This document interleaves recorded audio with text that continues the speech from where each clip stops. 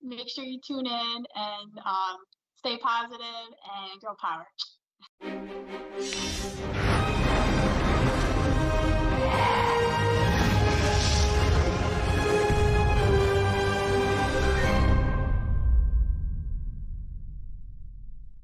This is Outlandish Zicky Dice, and you're watching Covalent TV. Outlandish!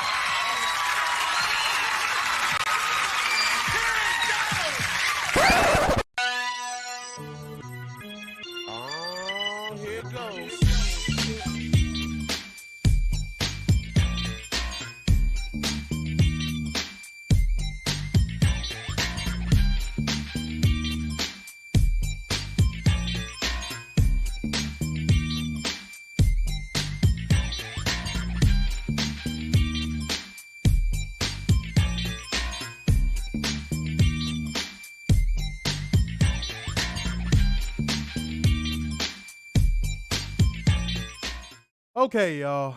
Okay, we are here. We had some technical difficulties, goddamn. But we are here, man. God damn, the forces are conspiring against us tonight, man. What the fuck? Damn, ladies and gents. Damn. The only thing I could think of that's worse than technical difficulties, especially when they're random, is this crowd from Savannah, Georgia tonight, ladies and gentlemen. So that means welcome to your AEW Dynamite live review. It is your boy, Mr. Starksan. Big Dub. My goodness. The pain and strife we had to go through to get on these cameras. Shit. Jesus. Man, but we are here, ladies and gentlemen. We gonna really need y'all help because I was telling Werner what's about to happen. YouTube is about to screw us in the algorithm because we had to restart this stream a couple times, and anytime we personally have to restart a stream, for some reason they stop pushing our stuff out there in the algorithm every time we try to go back live. So, guys, it's going to be real important for y'all to get the engagement up, get those emojis in, get the ball rolling so we could get this stream popping the way we need to. And like gang, comment gang, share gang, donation gang. Here's y'all opportunity to really step up for your boys, man. Hit that like button heavy. Hit that like button fucking heavy. Now my green screen want to be a fucking dick. Hit that like button. Hit that share button. Share with a friend just like some people do. Show the necessary love, y'all. Appreciate everybody in the building. We got 7 people. Let's quickly get this to 7 likes. Sorry about that, y'all. God. And if you're on Facebook, tag a friend and share it to a Facebook group. Yeah. Share that shit to a Facebook group. We gonna get this popping the right way, ladies and gentlemen. We gonna get the energy back calm. We gonna get it back in the right place. Salute to everybody that's gonna stick in there, that's gonna watch everything. You know, we appreciate y'all, man. Now, we know we have a job to do, but before we talk about the job we have to do, this is not news related per se, but you know what? Actually, no. I'll wait. Hold on. I'll wait. We're going to give you beautiful people the news. You know that. We're going to hold one special, of course, dumbass accountable. You know what I'm saying? And we're going to bring you those facts, data, and statistics as we go, ladies and gentlemen. That's just what we do here at Covalent TV. Let's not bullshit around, man. Let's get into the news because it's something I want to talk about that may be news related. Okay. So Cody has had a rough day. Yes, Chody has had a rough day. Chody's had a rough day. Uh-huh. But Chody has said something really, really stupid today. What did Chody say that was really, really stupid today? Sorry about that, guys. He wanted to have a UFC fight 2 years ago.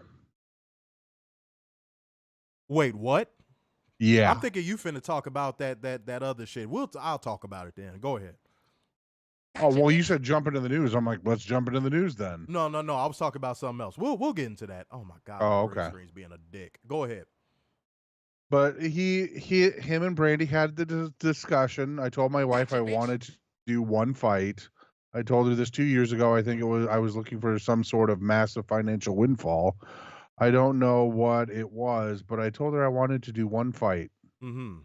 And she absolutely let me know that it would not be happening unless you convinced her. Okay. I, Chody Rhodes, no one fucking cares, bro. yeah. Chody Rhodes, no one fucking cares. No one cares, no one cares, no one cares, no one cares, no one gives a shit. Now, as fun as it would be to see you go into an octagon and get your ass whooped, still, even then, no one would have cared. You're not as big of a star as you think you are. You're not as important as you think you are. Please stop letting that WWE air get to your fucking head. Chody, cut it out, bro. Mm-hmm. Now, people are going, oh, well, I'm sure he would have fared better than CM Punk. A 4-year-old would have fared better than CM Punk. Yeah. But either way it goes, the interest would not have been there for something like that. I don't know many people that are clamoring for Chody Rhodes to step into an octagon. I'm not sure if anybody will want to see that. But if you did want to see that, put a thumbs up. If you didn't want to see that, put a thumbs down. But I want to talk about Chody Rhodes and one more thing, because I thought you were going to cover this, but fuck it, I'll take it. Chody Rhodes, my good sir. Gotcha, bitch. You have to be the biggest gotcha moment in pro wrestling history. When I look up the definition of gotcha, I'm going to see a picture of you under that sumbitch. Sir, and here's how you know it's true. Let me preface by saying this first thing. Here's how you know what I'm about to say is true. WWE is pissed at Sports Illustrated for their WrestleMania plan leaks, which tells you all of that shit that they reported was going to happen, or probably still is going to happen. But let me get into Chody. You did everything in your power to get back to this company. You stepped out on mustard seed faith. You smiled in people's faces. You shook hands. You kissed babies, just like a politician. You did all this stuff. You warmed up to the indie fans. You warmed up to the Japanese crowd. You warmed up to the Laps fans. You helped be, you know, a person to get AEW started and get that machine rolling. You did all of this stuff to come back to a company that won't even let you finish your fucking story. So, guys, unless you've been living under the rock, not the rock, I mean, that's his wife's job, but unless you've been living under a rock, you have seen the story that Chody Rhodes is not going to finish his story. Okay? Oh, y'all lighting up. There we go. Light up them notifications. That's what I'm talking about. Hell yeah. But y'all have seen the story that Chody Rhodes is not going to finish his story. Everybody's seen it, I'm sure. Sometimes the easiest story is the most obvious story. So sometimes you just got to roll with the punches. I pray to God he resigned. Wait a minute. Sir, it's been reported, Mr. Chody Rhodes, it's been reported that you re-upped your deal back in October. It was reported. Yeah, it was. That he re-upped in October. Sir, you are no different than a 70-year-old that goes to Las Vegas and talks to the people in the hotel that are real nice and welcoming, not realizing that they're trying to sell you a fucking timeshare. You walked in that door. They put you through creative hell. Gotcha, bitch. And then allowed it to leak that your story is not going to be finished. And funny enough, y'all want to know the irony? What is Roman Reigns' old name back when he was in FCW? Leaky. It's funny how a leaky... It basically came out saying that you not gonna finish your story, my good sir. You think that was a coinky dink, my good man? Do you think that was a coincidence, sir? Because if I know one thing about working in the corporate world, which I don't anymore, I'm self-made, thank God. But if I know one thing about working in the corporate world, let me tell you something. Whenever they want to fuck an employee over, you know the phrase they use? They say, oh, it's not fucking you over. It's not screwing you out of an opportunity. It's setting proper expectations. Yep. That's what they just did to you, dude. That leak is a way of WWE telling you, you will not get what you are hoping to get out of this company. We signed you away from AEW just to sign you away.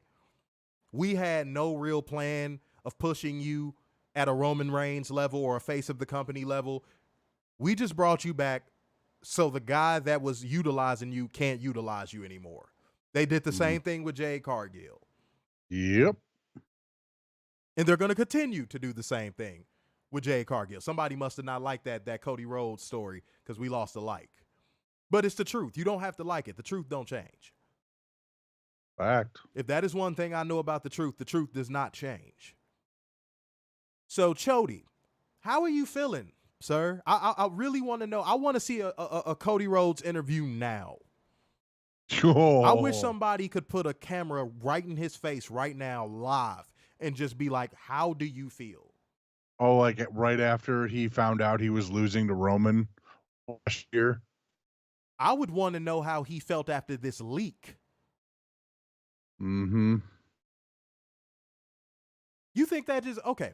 Guys, by show of hands, how many of y'all think that was leaked by somebody that is in the higher, upper echelon and upper brass of WWE on purpose? How many people think that story was leaked on purpose? By show of hands. Because I do. What if this is one of Dwayne's people? Who knows? Who knows? All I know is this is because not a coincidence. if you really look at this, who's got egg on his face right now? Hunter, besides Cody. You have Hunter with egg on his face. How is that not by design? Something else I learned in this life and in the corporate world, Werner. Timing is everything. Mm-hmm. Why didn't this story break in November or December? Anybody got an answer? Nope. Why didn't this story break in the first week of January? To go back to what you said, to harken back to what you literally just said, this story broke the moment there was a shift at the top of this company. Yep. What does that tell you? They said this was a good time to put this out there because it's eventually going to get lost in the news cycle. Whoever put that story out there to Sports Illustrated, this was strategic. Because they know this is going to get lost in the news cycle before the Rumble. Well, by the time the Rumble's over, I'm sorry. By the time the Royal Rumble is over, this is going to be lost in the news cycle. Gotcha, bitch. WWE fans have very short memories. The only time they got long memory is if they got their ass kicked in something. It's WWE drones that are still talking about All In right now. Mm-hmm. Yeah, when they get their ass kicked in something, they remember it. But when it comes to stuff like this, they have a very short memory. So do you think this is going to survive the news cycle past the Royal Rumble?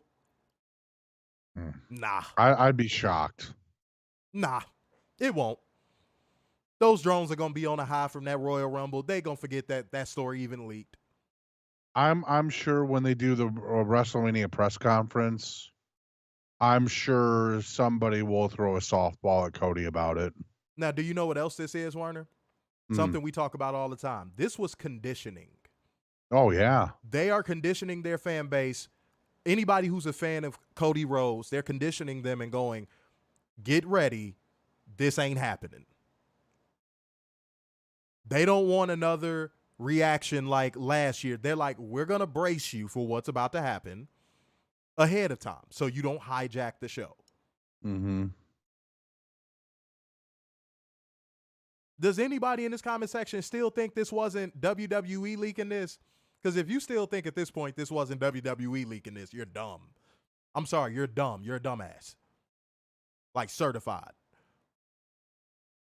The timing of this was way too convenient. Before one of your biggest pay-per-views of the year, I don't know. And one last thing, and then we're going to move on in the show. One last thing. I'm calling out a hypocrisy, and yet again, as I always say, I don't care who feels a way about it, I'm going to say it. Why, when the story leaked from PW Insider today, that WWE is going to aim for a more sports-based presentation and sports-based elements, the drones were like, yes, oh, thank heavens. This is what we've been waiting for. Oh, my God. Mm-hmm. But when AEW just said that same thing a week ago, when a story broke just a week ago that was something that was in the cards, WWE fans were like, that doesn't sell. That doesn't sell arenas. Why are they doing that? That's fucking stupid. Why are they bringing rankings back? That's stupid. Because it's not my beloved WWE making the changes. It only has to be my beloved WWW. I don't give a fuck. At what point do you look at yourself in the mirror and go, I'm being a hypocrite? Right. Oh, shit. That played on its own. That must mean I'm saying something right. The amen played on its own. But speaking of which, y'all, like gang, comment gang, share gang, donation gang. Sorry if I'm a little on edge, y'all. It's just, man, those random ass technical difficulties, they're demoralizing when they just happen randomly. Like that, the shit just happened randomly. It was like we had 13, 14 amazing streams with no issues, and then all of a sudden, something random, just something real random. It is what it is, though. But y'all, hit that like button, please. Hit that share button. Light up those super chats. Light up the Cash App. Get y'all asses in here. And yes, I am going to start saying this. Jason Durham's in the building. Set that Cash App example again, my good sir. I was just about to say that. You want your comment read faster, put it in a Cash App, put it in a super chat. That's how you do it. We going to start doing it that way because I'm going to be honest, we can't read every single comment throughout the show. That's going to slow the show down too much. And I know y'all enjoy listening to us talk, but 2.5 hour streams to 3 hour streams is not the lick unless it's a pay-per-view. Yeah. It's just not the lick. Okay. All right. Okay, y'all. Speaking of things that are just not the lick, and if they did lick something, it'd be a toilet seat at a rest stop off of the highway in Wisconsin, ladies and gentlemen. If it was a lick, it'd be a lick on a fat girl's cooch after she just played a pickup basketball game. Ladies and gentlemen, if you know what portion of the show is coming up, put it in the comment section. But if you're new here and you don't know what's going on, read the comment section or listen to what I'm about to say. And I'm going to tell you bastards anyway. It is time for us to hold one special accountable. It is time for drone accountability. Lego. This is from Twitter. It's not. This is a story from a girl who cried a river and drowned the whole world. Go ahead. Anyways, this is from Twitter. I got this on Sunday. I want to point that out. I got this on Sunday, and it was tweeted out on Sunday. This is from Elite Rockers. Okay. They say, and I quote, if you look closely and count, Solo hit Cena here with 7 Samoan spikes, seeking revenge for all 7 members of Nexus, whom John Cena buried selfishly in 2010. Solo never misses. Fire emoji. Thank you for your patronage. Are y'all that?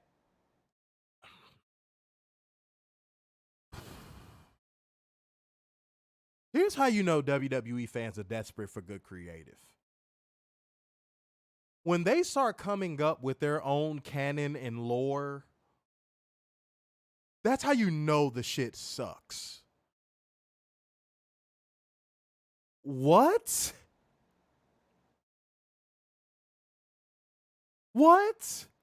And fuck John Cena's bum ass, by the way.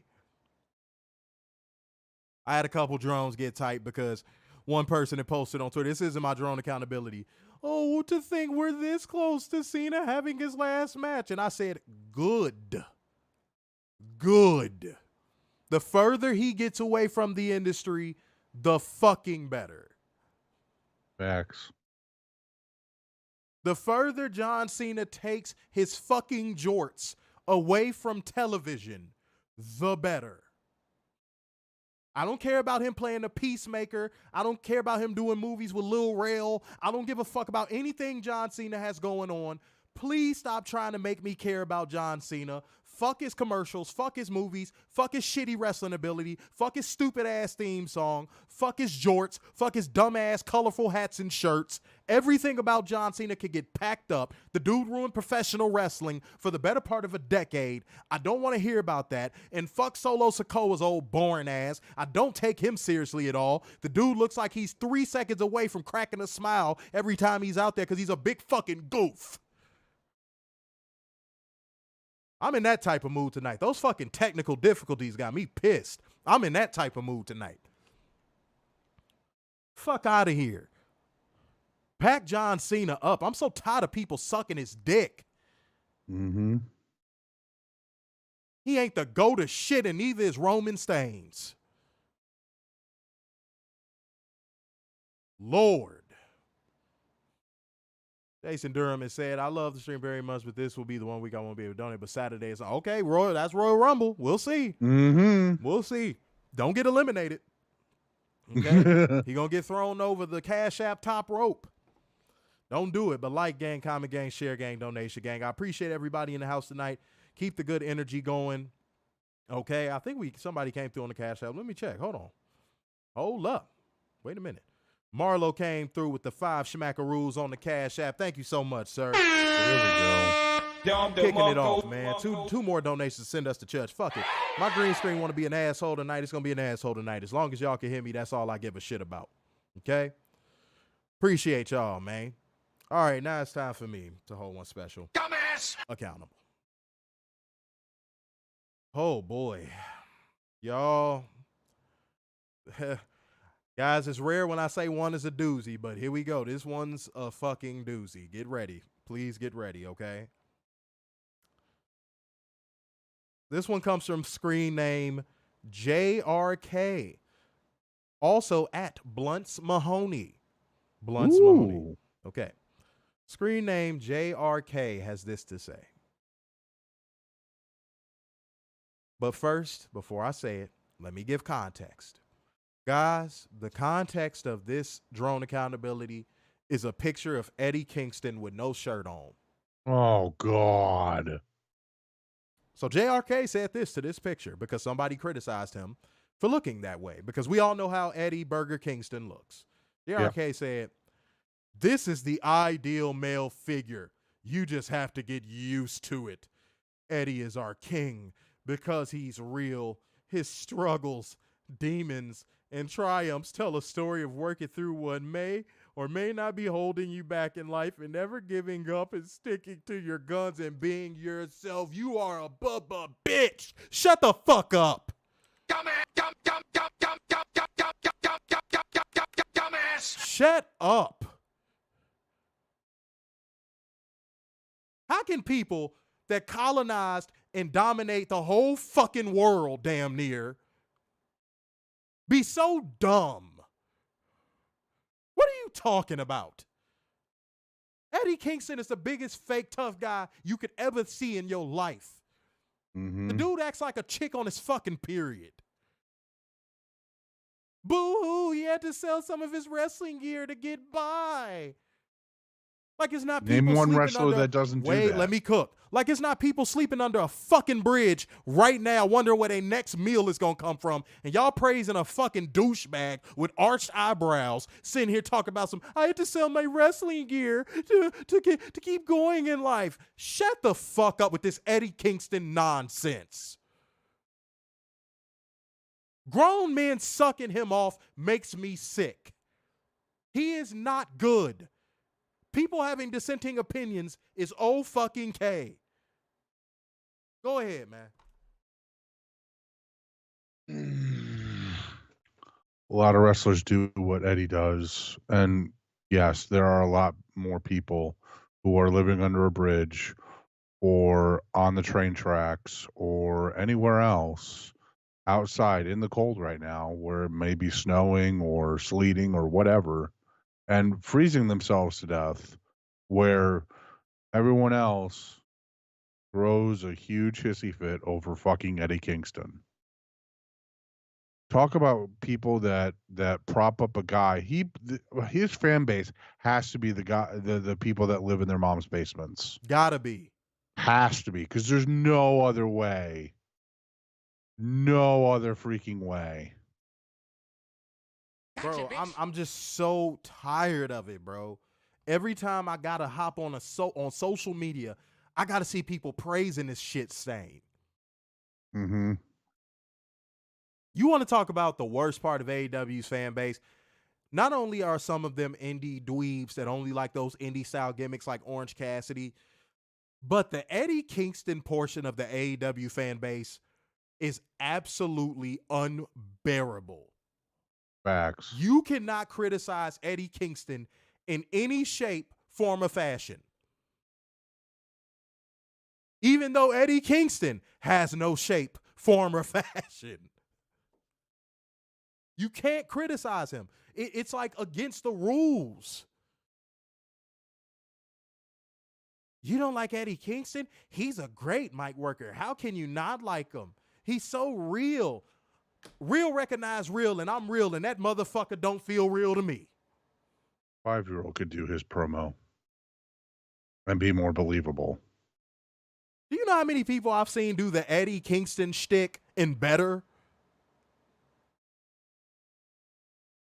Please be for real.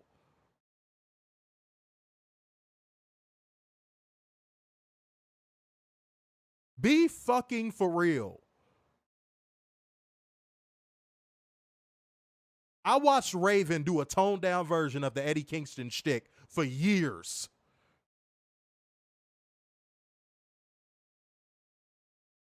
Anybody gonna tell me Eddie Kingston is better than fucking Raven? Do we have any dumbasses that are gonna step up and volunteer to say Eddie Kingston is actually better than fucking Raven?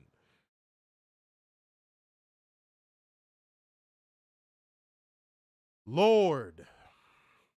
No, I'm getting all this steam off my chest, man. Like I said, between the technical difficulties, the drone accountability, all this shit, I'm getting steam off of my chest tonight. I'm not playing these games.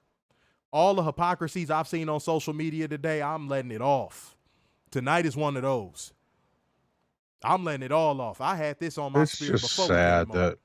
It's just sad that people think Eddie's this great, great entertainer when he's not.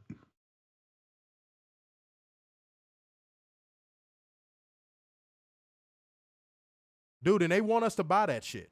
They want us to subscribe to that shit. They're like, you guys are going to like Eddie Kingston no matter what the fuck you believe. No, we are not. No, we are not. Salute to the 13 people in here, man. Salute to every single person that is rocking out with us right now. Like gang, comment gang, share gang, donation gang. We appreciate y'all for tuning in, man. Salute to all the new people. Salute to all the current people, old people, all that. Everybody. But again, the like button is the most important. Help us out in the algorithm. Salute. And we are 2 donations away from going to church. So hit those super chats to Cash App or the Streamlabs link. Thank you to everybody that is in here right now. Now, before we light the fuse, bring the boom. Bring the boom. Dynamite. We're going to read a few comments. I need to relax, but like, man, I had to get that shit off my chest.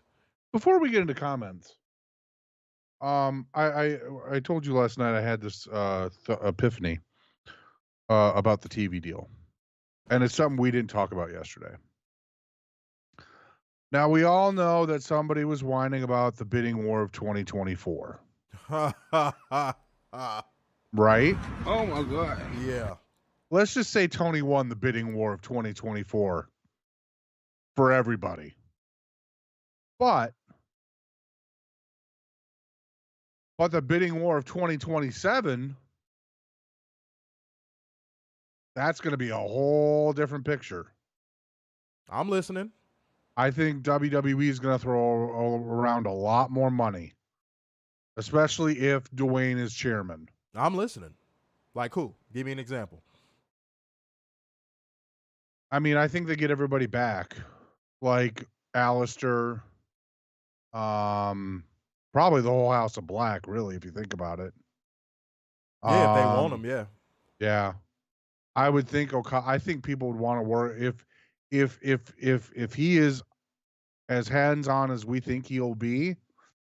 You're gonna get Okada. You're gonna get everybody because everybody will want to work with The Rock. You gotta, like, I'm gonna be honest. You gotta understand that I think that Okada has an AEW run before he has and I don't even think he goes to WWE for long term. I think he goes there strictly for a WrestleMania program. Yeah. I honestly do not see Okada signing like a 3-year deal with WWE. I could honestly see him going to AEW for about 3 years. And then, like I said, going to WWE to work a WrestleMania program and probably retiring. Him and Shinsuke having a retirement program. Wouldn't shock me. Yeah. Wouldn't shock me one bit. Yeah. Now, would we prefer for these people to leave and revitalize their careers? Absolutely. Mm-hmm. We all know Nakamura needs a resurgence because the way Nakamura has been getting treated in WWE is a fucking travesty. It's only so many times you can have him cut red light promos backstage in boiler room areas with fog machines. It's only so many times you can do it. Okay? But who's to say, like, what about Hangman? What about one of the other pillars? I don't see Hangman leaving. No, I don't see. But any of the other pillars, maybe. But like, I don't see Hangman leaving at all. I mean, I would not be surprised if MJF went to WWE in 2027. Wouldn't shock me either. Yeah. Fernando said Eddie has the 40-year-old virgin fan base on lockdown. Lee said Raven was my favorite ECW wrestler, and he's very smart outside the ring as well. Yeah, the dude's a fucking genius. He's a creative genius. I think, like, I heard a while ago from like shoot interviews and stuff like that the only issue with him is like he's a bit of a wise ass, so nobody really wants to kind of like be around him. Like he could be a bit of a snarky wise ass. That's the only reason why I think we haven't seen him work creative for a specific promotion, because like apparently his attitude is real shit. That's all I've heard. That's pretty much the main thing I've heard about him, if I'm being honest. But hey, we'll see. We'll find out eventually, one of these days. All right, let me see what else we got. Mike Pastor said, sorry, I stepped off the review. There was an earthquake not but 30 miles from my mom's. Oh, shit. Damn. Hope she's all right, man. Prayers up to your mom and all that stuff. Wow. Okay, well, fuck. Damn, that's kind of crazy. But shouts out to the 12 people. If you are new in here, don't be afraid to comment. Don't be afraid to comment. And I want to ask a quick question. I noticed we got our best engagement when we were sitting here just chopping up game with y'all, so let's do this again. I think I know what the answer's going to be, but fuck it, let's go for it anyway. Do you think, after the reports today, Cody Rhodes made a mistake signing with WWE? Put a thumbs up if you think he made a mistake. Put a thumbs down if you think he didn't. Meow, meow. That's the best. Apparently, that is the best Alexis has in the comment section right now. Yep. All right. That is the best she has, and that is all she is capable of giving. Well done said, some of these talents need to have someone like Raven to be in charge because he won't take their shit. I don't disagree with that. Mm-hmm.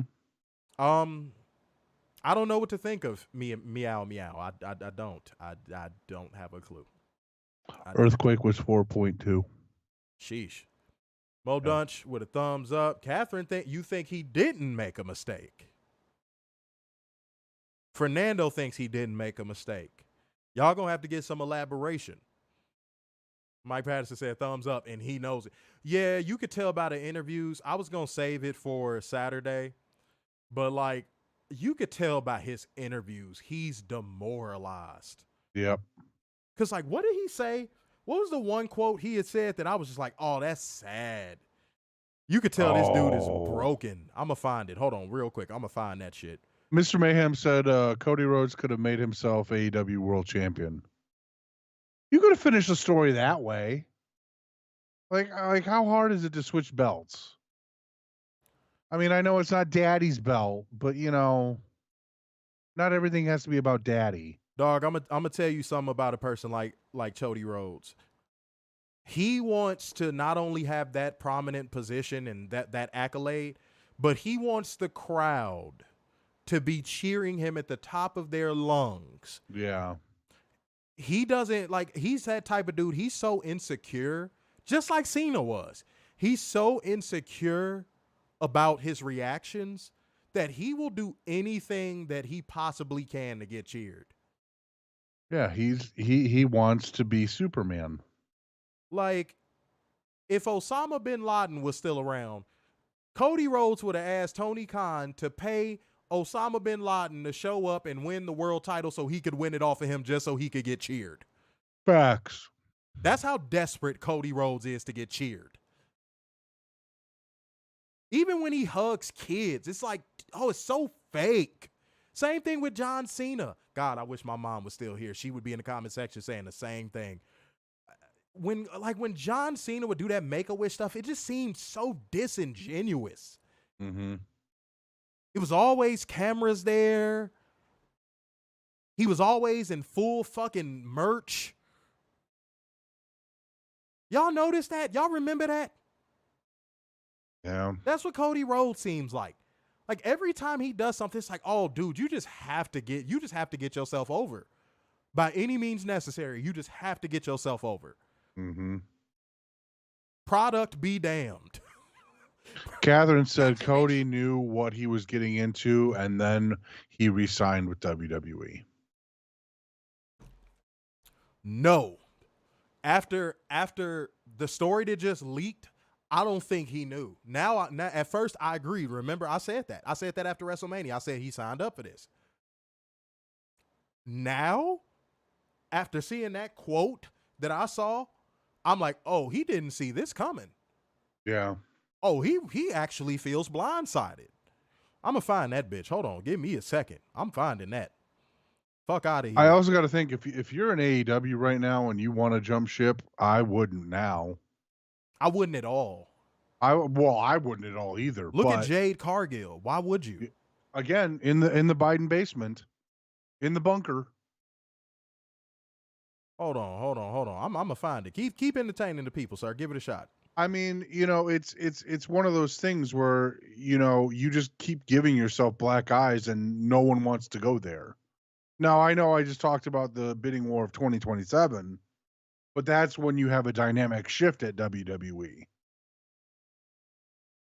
Right now, you're not going to have that dynamic shift. I found the quote.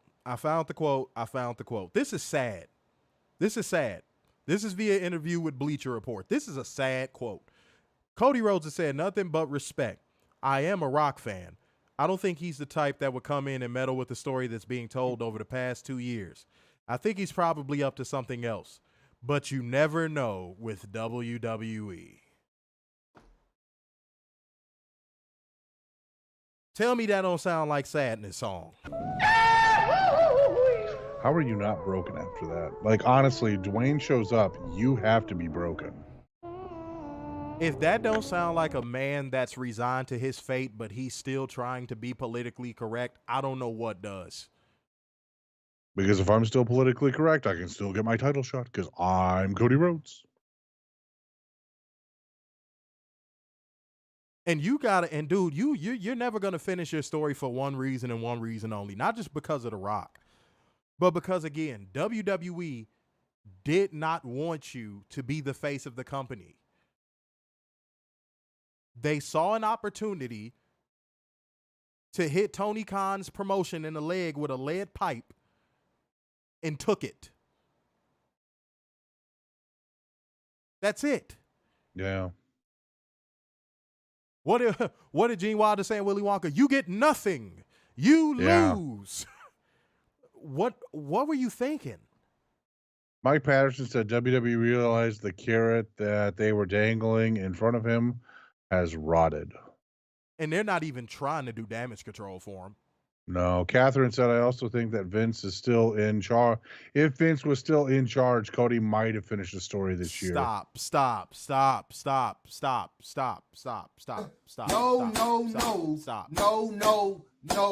No. Y'all got too much faith in that damn company. No.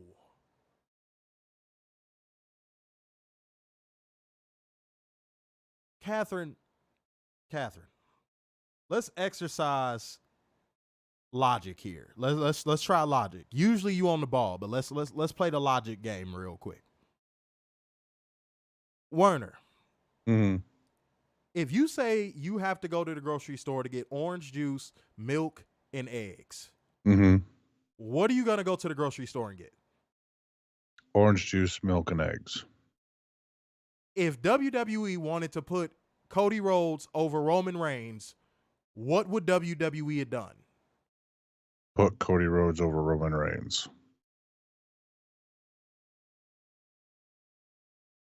Every now and again, some of y'all that act like y'all hate the way WWE does creative, y'all still show y'all got just like a little inkling of drone left in you.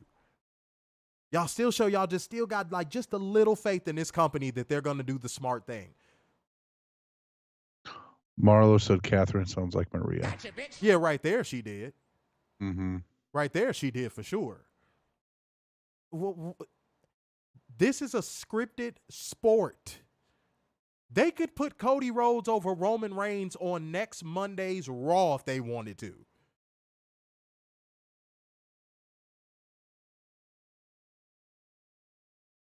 Why do people say that? Werner, why? Like, I've never understood that logic.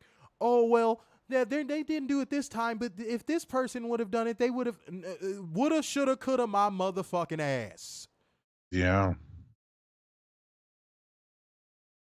But that's a lot of what WWE is nowadays.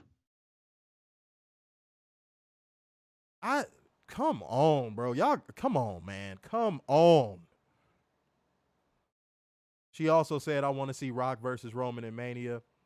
Somebody, well, Miss Ma'am said nobody wants to see old man Rock versus boring ass Roman. Oh, you mean you don't want to hear his monotone promos? You don't want to hear Roman Reigns? I don't say anything that makes sense. I'm in remission, y'all. Say my name. I'm not Say my name. Nobody want to hear that bullshit. Just say my name. Fuck that. What I said, no one in that company wants a Rose to be world champion. When are people gonna realize that? And it don't got nothing to do with family lineage or nothing. They saw an opportunity to take away a big part of AEW and took it. Nothing more, nothing less. Y'all be overthinking shit sometimes, man. So how much longer will Reigns hold the belt till SummerSlam?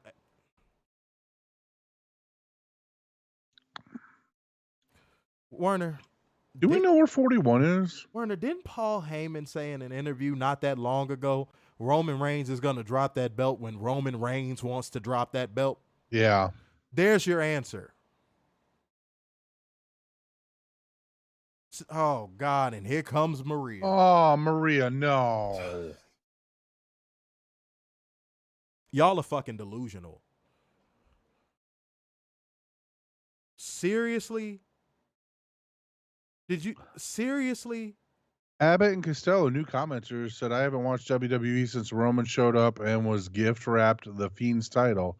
That was a huge red flag. Salute. Now, you know your shit, goddammit. And salute to you for being a new commenter. Everybody welcome in Abbott and Costello.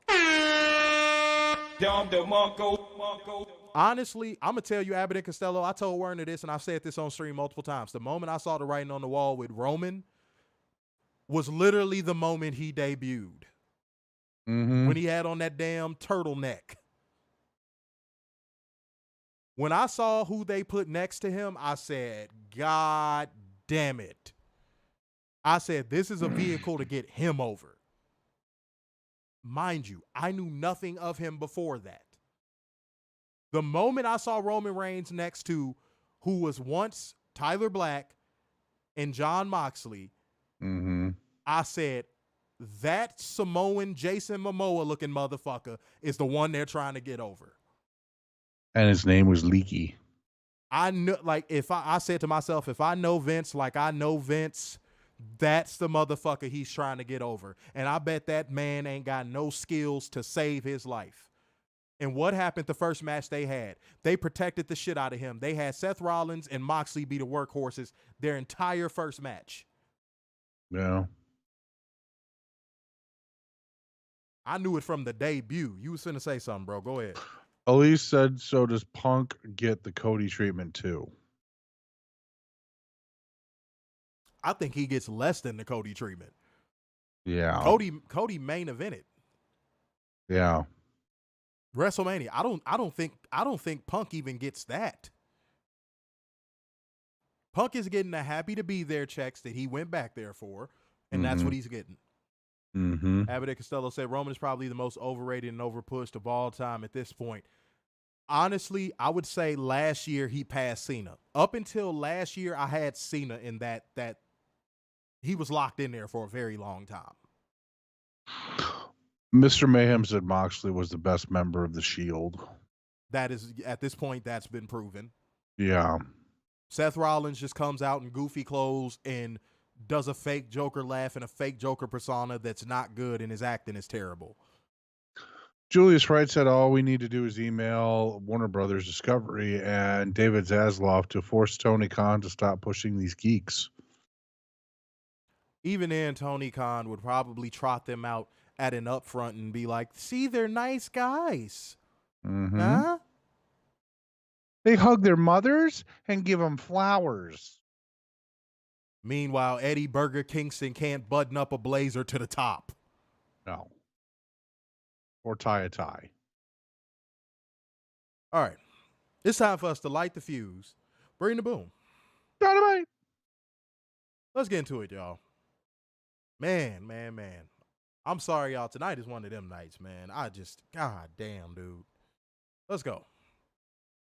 The show opens with the intro video, and Joey Samoa makes his entrance and gets on the mic. Oh, and by the way, I'm sorry, I forgot to say this. Like gang, comment gang, share gang, and donation gang. Hit the Cash App, hit the Streamlabs link, and hit those super chats. 2 donations away from church. Appreciate y'all, man. Appreciate y'all. Salute. Thank you. Just wanted to say that. My bad. I almost forgot to say my pleasantries. But Joey Samoa makes his entrance and gets on the mic. He greets Savannah, Georgia, and talks about the new championship endeavor we're embarking on. And from tonight, opportunities must be earned in battle, and that opportunity is to have the worst night of your life, just like Hook got last week. Out comes Hook. Now, guys, I said Tony Khan had just got some momentum and some steam back on Hook. And boy, did he just find a way to knock some of it right back out of him. He said, you know it wasn't going to be forever. Thank you. but Hook comes out there and says, he says, last week Joe won and he lost. No.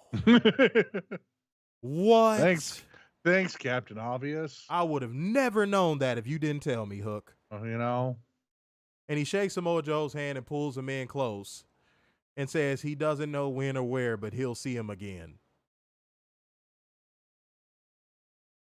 What is this, the Fast and the Furious? Yes. When I see you again. And then what was funny about this is Hook didn't hold the mic properly enough for like the audio to catch it. So you heard fans in the crowd going, what?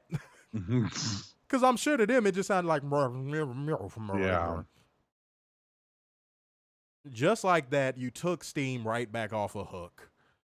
But Samoa Joe says he bets he will, but for now, Hook should go back to the back of the line. He calls security to send him there. Hook takes it to 3 security guards, Taskplex on one and Red Rum on another. 2 more hit the ring, and finally, Hook waves it off and leaves. That looked so corny. I didn't like it. It didn't make Hook look like a dominant threat. It just looked weird. It was this was a very disjointed segment. Samoa Joe still looks great as champion, and he still knows how to carry himself like one. So my beef is not with Samoa Joe in this one, but Tony Khan, because this one was massively overproduced. Yeah, can we get someone else as the challenger of the week? Yeah, this was massively overproduced. Didn't like it. It felt real forced, real corny. Don't do this again, Tony Khan. You could have easily had him come out there, stand face to face with him and be like, we'll meet again. Drop the mic and walk off. Yeah. Again, short, sweet, and to the point. That's what you need. Didn't even need to hit his music. No. Could have just had him walk out there, stand in his face, say we'll meet again, drop the mic, walk off. But Tony's in that mindset now of, we need to have music when a wrestler comes out. He did so He's good in at that at first. WWE mindset now. Oh, it's he did fucking so good. ridiculous. Dude, I remember when he was doing so good at that. Like the first 2 years of AEW, he didn't do that, and it was magnificent. And who was in AEW at that point? If you're referring to Chody, my good sir, you're being very smug. Because there's no wall, there's no invisible walls here. But went right back to the promotion with invisible walls. Yep. Mike Patterson said Hook needs some of his dad's thickness. Pause. Pause.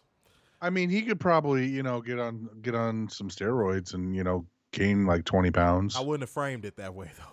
Yeah. I don't know if I would have framed it that way. I would have said bulk or something. I don't know. Yeah. Said, but yeah. QT. Who said QT Marshall? That would be Catherine. Catherine, just walk out. Just walk out. You're having a bad night, Catherine. Just leave. Gotcha, bitch. Talk about some QT Marshall. Who the fuck had a QT Marshall reference on the bingo card for this stream? Lord. Okay. Notice how he's dropping off the face of the earth. Just want to point that out. Because he was one of those guys that Tony Khan propped up, but we all knew he was mediocre gutter trash. Mm-hmm. We all knew.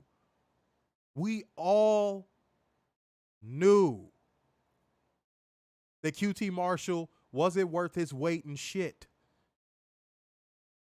And now guess what? He's out of the promotion and no one cares. And you know who else that would happen to if you let them go, Tony Khan? Orange Cassidy. Mm-hmm. Brian Keith. Yep. The Acclaimed. Yep. Should I keep going? Like, if you let go of those people, Daniel Garcia, nobody would care. I have a sneaking suspicion that WWE would get the Acclaimed. I have a sneaking suspicion WWE would go after Daniel Garcia. Yeah, same. But I got a feeling they would do that, and they would bring back Billy, and they would get Chuck, and they would have that whole thing going on. Oh, God. No.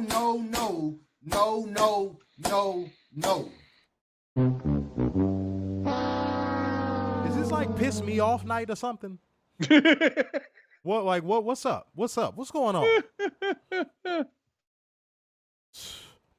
Miss Ma'am said if Orange Cassidy left AEW, I would pray WWE wouldn't sign that clown. That'd probably be somebody that they would sign just to score on Tony.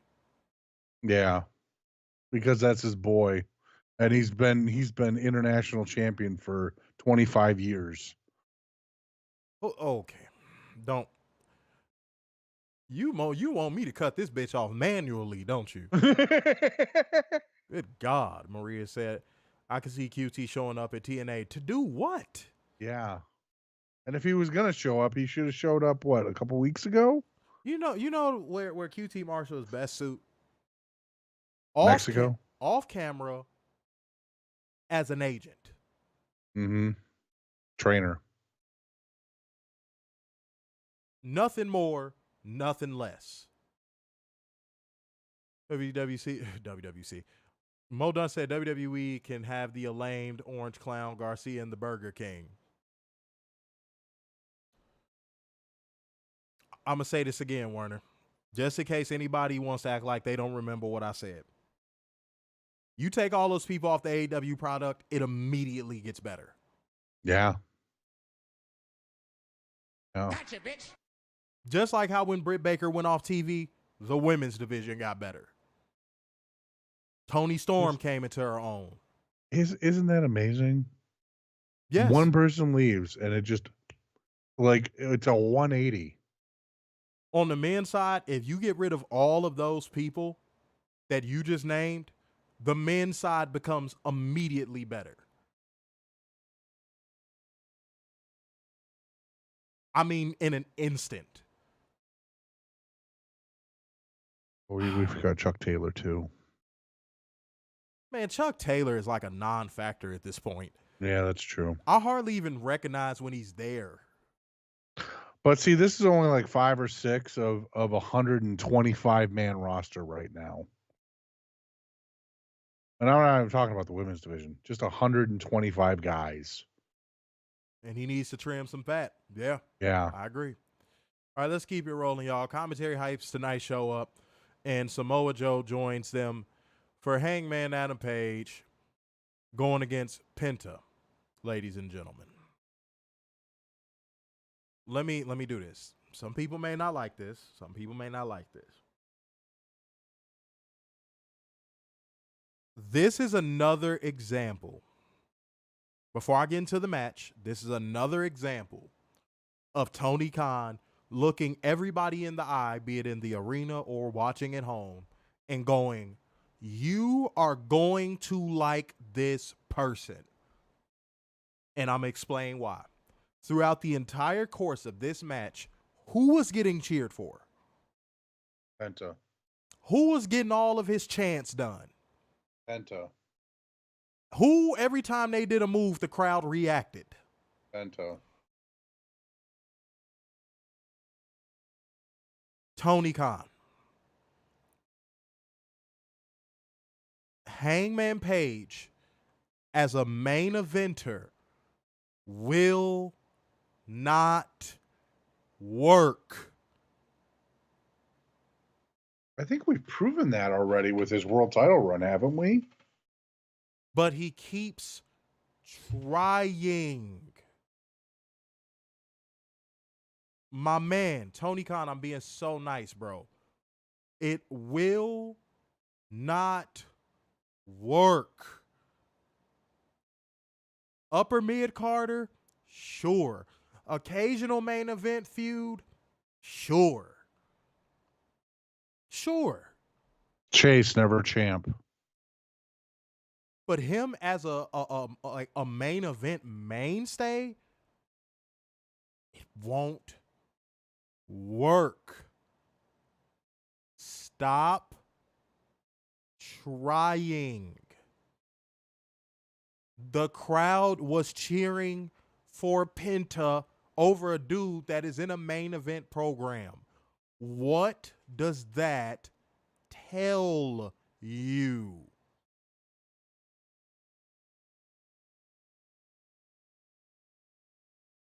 God damn.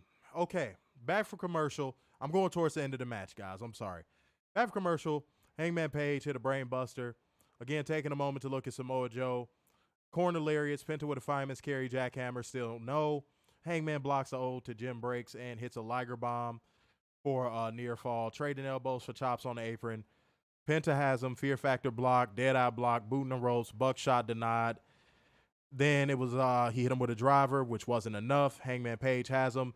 He hits him with a clothesline, then jumps back over to finish off by hitting a buckshot lariat, and he gets the pin and the win. And we also still haven't gotten the answer to what Penta says. I swear to God, I want to smash that guy's head in with a fucking kendo stick into a window.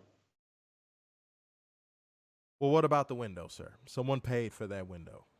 I don't give a flying fuck who paid for the window. It's just gonna get smashed in with Alex Abrahantes' head. Man, respect Alex Abrahantes, man. He is a fucking cheerleader that doesn't add value to the product. The greatest cheerleader of all time. The Dallas Cowboys cheerleaders have nothing on him. I want a church girl that go to church and read your Bible. Ayatollah of Block and Ebola, because I'm not saying that word, came through with 3 schmackaroos saying Hangman armed with demos and career suicide. Yeah.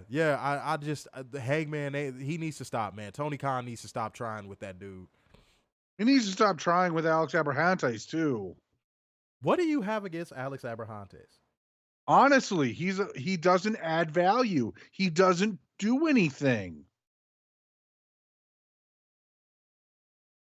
So you love him? No. Okay. Catherine said, why are you hating on the Latino man?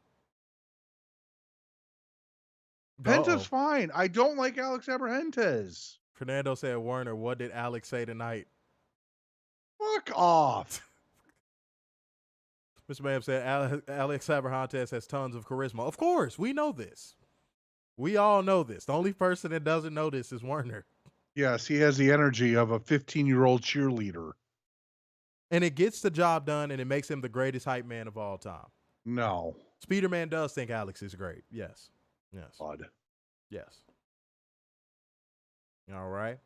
Said Hangman tried to do his cowboy shit, saying like Penta does with his, and no one responded. Yeah.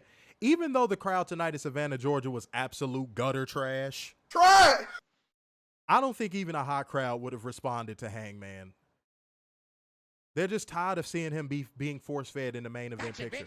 But guys, I'm going to ask a question. For the new people in the stream and the people that always watch, y'all can answer equally. If you think Hangman Page is a bona fide main eventer, give us a thumbs up. If you don't think Hangman Page is a main eventer, give us a thumbs down. Oh, ching ching. Ayatollah of Block and Ebola with two smackaroos said, Big Dub, if you don't like the brown folk, just say that. Look, I'm a big fan of Ray, Phoenix. I'm a big fan of Penta. I just don't like Alex Abrahantes. I know a guy named Jorge. How could I be racist? I have one Mexican friend. I mean, I'm a big fan of Vikingo. I hope he gets signed. I know he just re-upped to AAA, but maybe in 2027. I don't know. He's going to get the best roadside assistance available. I like Commander. I wish he'd have a title somewhere. What? Coming to the Bedroom Championship Wrestling League. You said I just want him to be a champion anywhere. Anywhere? Okay. Okay. All right. Like Ring of Honor, AEW, one of the two. Okay, anywhere. Just anywhere. I got it. All right. That's cool. That's cool. Catherine said, Penta says Alex should go live with Werner in the woods. Oh, yeah, they would. Oh, no. They'd have threesome with trees and all types of stuff. Oh. Male on male. Oh my God. Oh, God. Oh, God. If I had to be pissed off, so do you, motherfucker. All right. Mike Patterson said thumbs down. This time was back when he had the story with Omega, even though Omega carried him. Facts.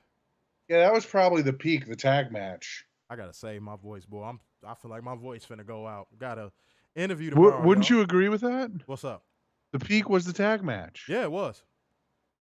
Abbott and Costello said, I think Page can be a problem with his title run was that they seem to have so little planned for him after such a good chase and build-up. Stop the presses. We are not about to make Hangman Page seem like he's Chody Rhodes in WWE. We're not doing that. We're not doing that. We're not doing that. Hangman Page got some of the best booking you can get. He just didn't get fucking over. He's the Miz. Yeah. Got some of the best booking you could possibly get as a pro wrestler. He just did nothing with it. No. We're not going to make Hangman a victim. That's what we're not going to do. We're not going to make Hangman no fucking victim. No. Hell no. Hell no. Gotcha, bitch. Now, we got 16 people in here. I'm curious to see what all the people popping in think. I'm going to ask again. And there's no reason why we can't be at 15 likes. We could get to 15 likes right now. Yeah. I'm going to ask again. Do you think Hangman Page is a bona fide main eventer? Thumbs up if you think so. Thumbs down if you think not. I'm seeing a lot of thumbs down from earlier, though.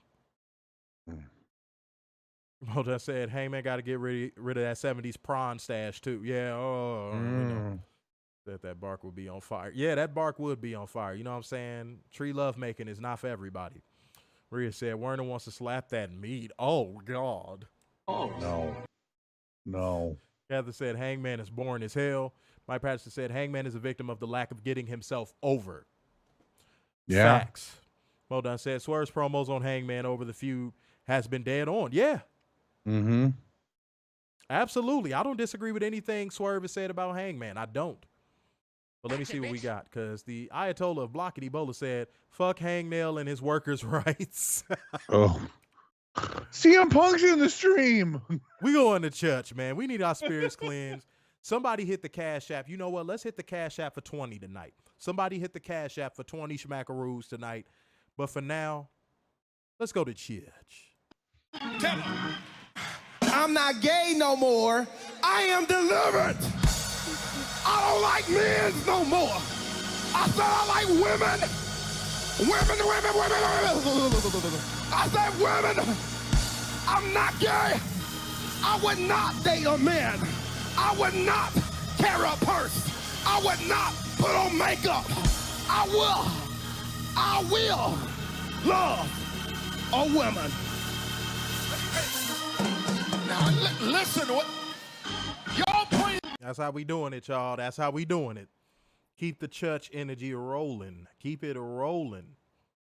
Maria, no, you need to start reading comments again, sir. Go ahead, read Maria's comment. Oh, God. Maria said, Hangman is not the Miz. You gapping a little. I'm talking about, I'm not saying he's the Miz. I'm saying in the pecking order of spots in wrestling. That's where Hangman should be. Upper mid card, low main event scene. And should always be chasing for the main title, never winning the main and title. should never have a world title. Never. Yeah. Never. Even though he has. Which is like Hangman. Again, got some of the best booking that you could possibly get. Just didn't get over with it. Didn't run with the momentum. Julius Wright said, I feel mixed about Hangman. Okay, do you feel mixed on your black side or your white side? Which one? Which one? Catherine said, Werner says he will date Alex. No. Oh, yes, he will. Never in a million years. Yes, you will. Nope. Julius Wright said Hangman is one of my favorite wrestlers, but you are right about him not being able to get himself over. I'm sorry. Like, I'm sorry if he is one of your favorite wrestlers, man. He just can't. Yeah. He just can't. He just can't. I don't know what it is. He just can't. He just doesn't have it. Wait, Mo said, Werner, you're trying to explain to someone who has one good take every 6 months. I know. Maria said, Hangman is more like Arn Anderson. Are you? Whoa. Whoa. When has Arn Anderson ever gotten a push to the level of Hangman Page? And don't be disrespecting Glock Anderson. He'll show up with a gun. Glock, to be specific. Uh-huh. Mr. Man said he will never like Hangman. Dude, the moment I saw him with them butterfly jeans, I was done. I told Werner that. I said, I was done. You a grown man wearing butterfly jeans? That was my mother's favorite animal, so God rest her soul. But brother, you a man, sir. Butterfly jeans? Now, if you got a shirt on and it got like a little butterfly design within it, and it's not like the focal point, that's cool. You could get away with that. But like jeans? Embroidered butterflies on jeans? Catherine said Hangman needs to go the Eddie route and become the drunk uncle that fans can relate. Apparently now, Catherine, you are McCatherine. Hang Beta Man is more like it. Yeah, you got that right. Yeah. Salute to everybody in here, man. Y'all been rocking it out so far. We gonna pick up the pace a little bit because, man, we at an hour 8. I don't mind. You know, going about 30, 35 more minutes. We'll give y'all a little something. Okay? Yeah. We'll give y'all a little something. All right, so we got, all right, Cash App still ain't juking yet. Like gang, comment gang, share gang, donation gang. Looks like the algorithm didn't totally fuck us tonight, but I got a feeling Friday it's gonna do what it does. Oh, buddy. I got a feeling it's gonna do that. Hey, best we got for you, 20 views. That's what I got. That's what I'm excited for Royal Rumble. Mm-hmm. Royal Rumble's gonna be interesting. Yeah. Is that 4 matches, by the way? I think just 4 matches. I think after Royal Rumble, we are gonna come away with so much stuff to talk about. That's why I'm actually excited. You think this is going to be a high value content show? I do. I think a lot of content is going to come out of Royal Rumble. I wouldn't be shocked if that stream goes 3 hours. I think it's going to be a lot to unpack about the Royal Rumble. But like, gang, comment, gang, share, gang, donation, gang. Let's keep it rolling. Backstage, Renee Paquette interviews. Oh, my fucking God. Oh my God.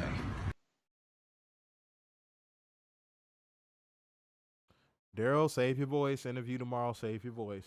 Save your voice. Save your voice. Save your voice. Backstage.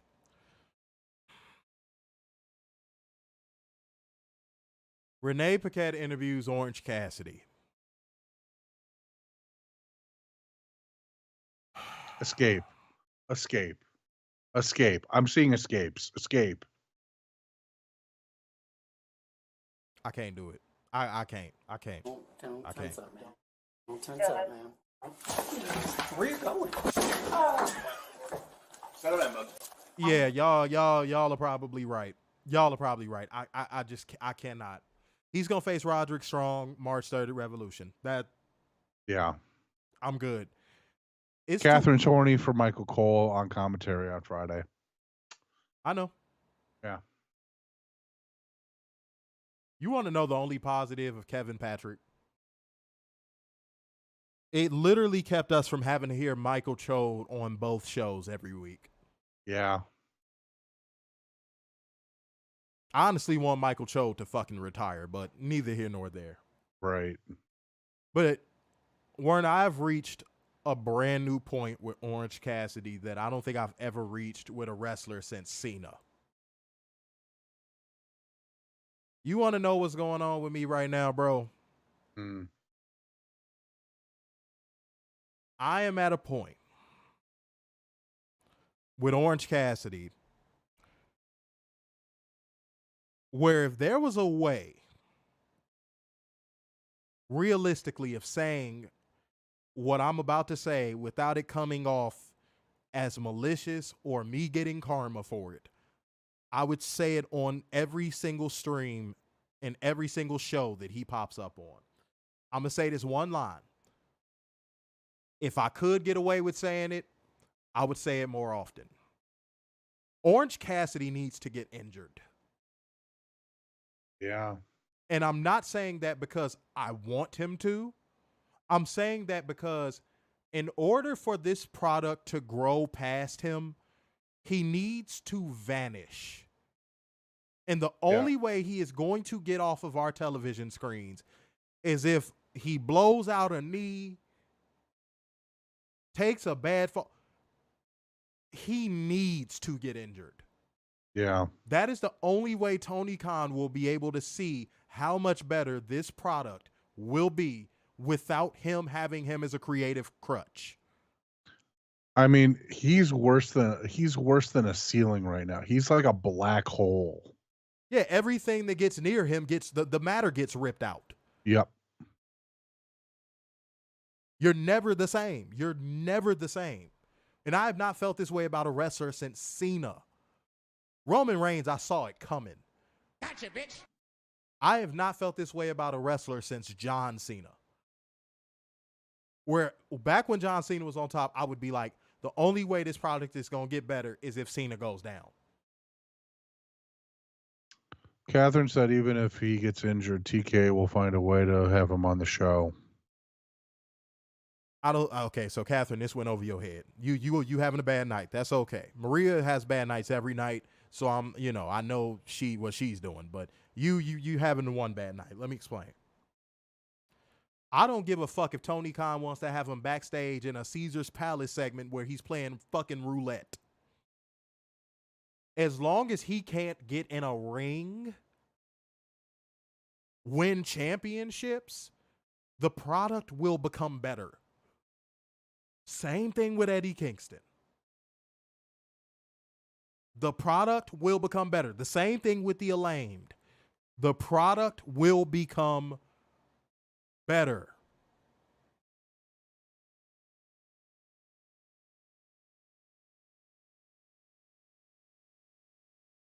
It's that simple.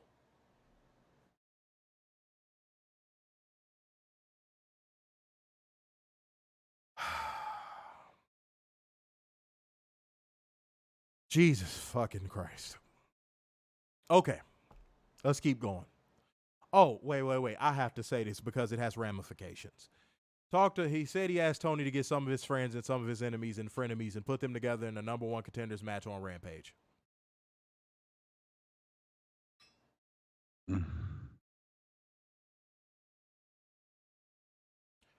He says he has to go because Trent's about to wrestle Wardlow, and Wardlow's very big.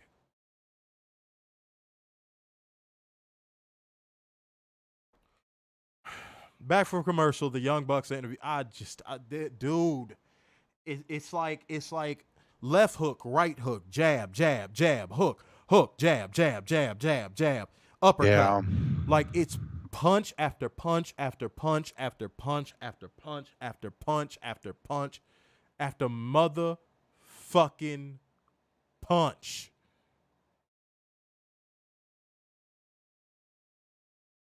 Yeah, I don't get why this is happening. This felt like a very WWE produced show tonight. Am I wrong in thinking that? No, the Young Bucks gave Top Flight shit, saying they showed up late, but they were really early. The Young Bucks look fucking stupid. It's dumb. This is not the heel turn we wanted. This is dumb.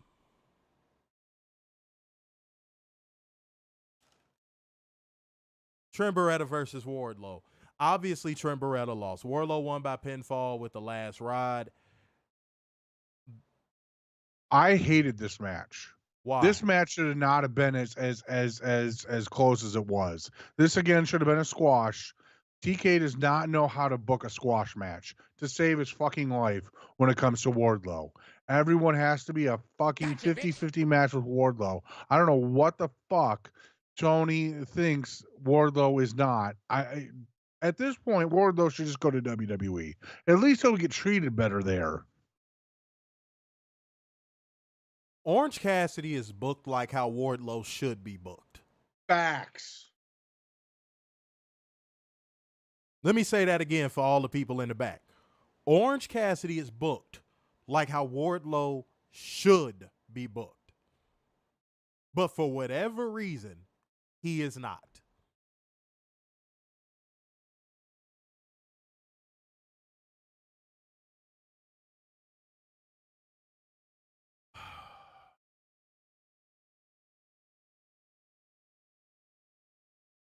And this is somebody that you have Adam Cole saying in promos is going after the world title.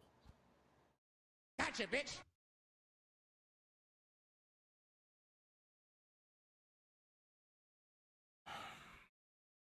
Like gang, comment gang, share gang, donation gang. Hit the super chats, hit the cash app. Guys, I don't want y'all to think we in a bad mood or anything like that. The technical difficulties were trash. But this show did not help. When Tony Khan has shows like this, it's demoralizing. Mm-hmm. You keep giving the same people who shit on you ammunition. And you wonder why you're being attacked all the time. And you wonder why you can't break past 800,000 now. Stop booking the product to tickle your fancy, dude.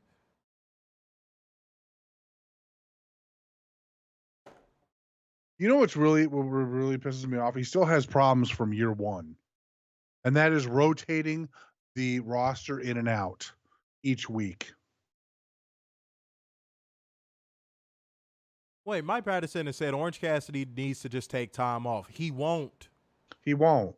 Bro, imagine if somebody was giving you free money to do bare minimum work with bare minimum effort and bare minimum talent.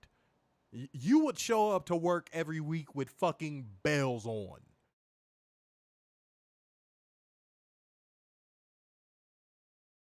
Mike Patterson said these are more like nut shots after nut shots, punches we can see coming.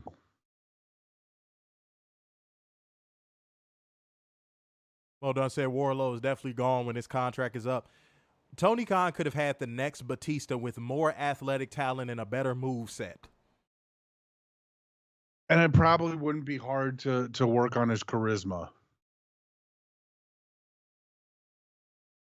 Rhea said, I think Tony is planning a serious push for Trent.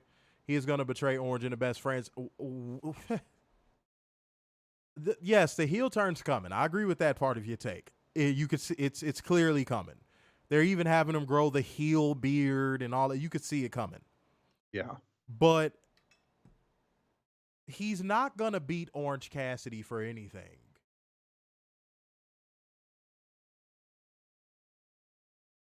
He's not. Mike Patterson said Wardlow should be built similar to what Lesnar was when he first arrived. Tony Khan ain't doing that shit. Nope. I mean, we've seen that.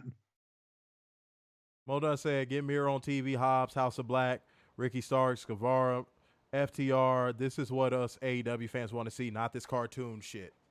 Well, that's what's called Collision. Hold on, let me read this one because you'd read that whole thing. Fernando said, let's pray OC gets accused of SM. Yeah. Y'all can see the comment. We don't need any help going further down an algorithm. Catherine with a great point. After Trent turns heel, then what? What, get beat by Orange Cassidy 45 fucking times? Yeah. Never be anywhere near the TNT title?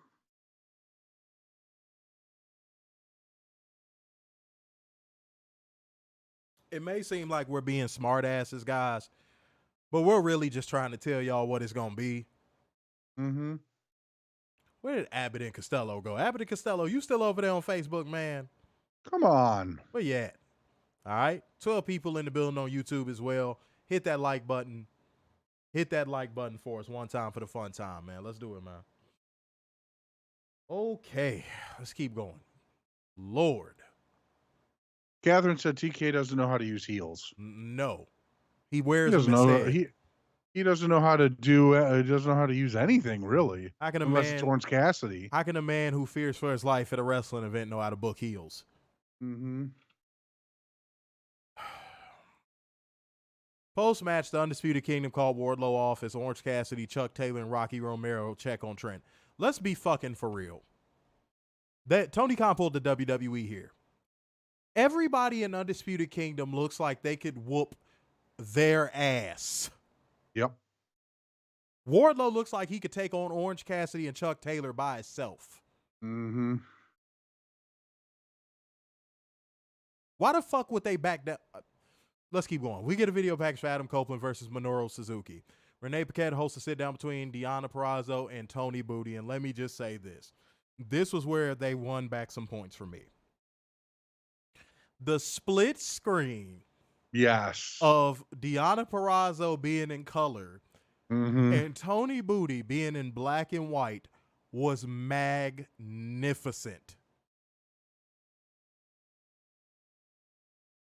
And Tony, keep doing what you're doing. Please.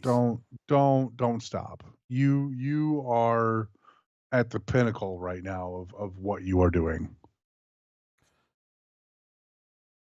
Well, let's get into this promo. Toni Storm speaks first because she has a massage book. She says it's ridiculous that Deonna Purrazzo would be body shamed when there's so much else about her to be ashamed of. And gives her crap for using their past friendship to try to get a title shot. She makes it clear that if Deonna Purrazzo gets in the ring, she'll twist her lips so hard. Gotcha, bitch. Werner, do you want to say what she said? Or do you not remember? I don't remember, actually. I remember the twisting the lips part, but I'll let y'all put it in the comment section. Go ahead. But Deonna says she didn't come here to make friends. She came here to win the world title. She talks about the old Toni Storm that was the best in the world. It's the one she wants to fight. So apparently Toni Storm was CM Punk at one point. yes. So she begs her to dig deep and find that version of herself. And if she needs any further reminder, look at her ankle because she sure looks like hers and reveals matching tattoos. Aww. And Tony Booty says, I don't care about your tattoo. She when she said tattoo, that shit took me out. I'm not going to lie. But Toni Storm says she could take her tattoo and shove it down her bum hole. And Deonna attacks her and tries to grab Venus de Milo, but Mariah May makes the save. and Luther eats a wayward boot, but the heels scramble away. Lots of shoes got thrown. It was madness. Deonna Purrazzo grabs the title and holds it high, and we go to commercial break. I thought this segment was great. Yes. Great segment. Great fucking segment. Catherine said, epidural. Yep, that's what she said. There you go. Said, Marlo said, Deonna Purrazzo. Okay, all right, you know. Ain't nothing wrong with that. Ain't nothing wrong with that. She looks amazing always. Rhea said, Deonna Purrazzo. Wow, oh, she put Deonna Purrazzo. Oh. That's to win the match, or it will kill her momentum, right? I feel like you're asking that question in bad faith. I don't know why. I feel like you're asking that question in bad faith. Like you're going, oh, well, if that happens, is she ruined? Huh? Deonna Purrazzo will not be hurt by a loss to Toni Storm. The fact that she even came into the company in a world championship program speaks volumes. Yep. So no, it won't. Mike Patterson says she's still cannoli thick. Okay, all right. Well, you know, she is. Nothing wrong with that. She Nothing is from wrong with Jersey. Yep. Nothing wrong with it, though. Get your horny ass on. All right, like gang, comment gang, share gang, donation gang. Show the necessary love. Hit the Cash App. Marlo said, I got $5 for you, and that was it. And he dipped. No, he's still in here. Marlo's still in here. Oh, okay. He's the one that said Deonna Purrazzo. That was him. That was him. Yeah. But salute to you, man. Keep the motherfucking good energy going, guys. Let's keep it rolling. Okay. After commercial, John Moxley talks about Blackpool Combat Club. It says they win a lot, but don't pat each other on the back because there's always a bigger threat, a bigger challenge, and that's what it takes to be the best. Party's over, and in 2024, he'll maim anyone who can't get with the program, and he'll cut his arm out and leave it in the ring if that's what it takes. And he'll do it every single time. And, guys, I hate to say this. Hold on, wait, before you say this, and I hate to say this. This promo, this how you know this crowd is shit.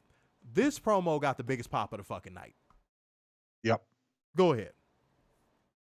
But if that promo were true, would be gone. Best friends would be. Eddie Kingston would be gone. All the people that need to be gone would be gone because John Moxley would have taken them out. But here we are. Great promo, though. It was a great promo.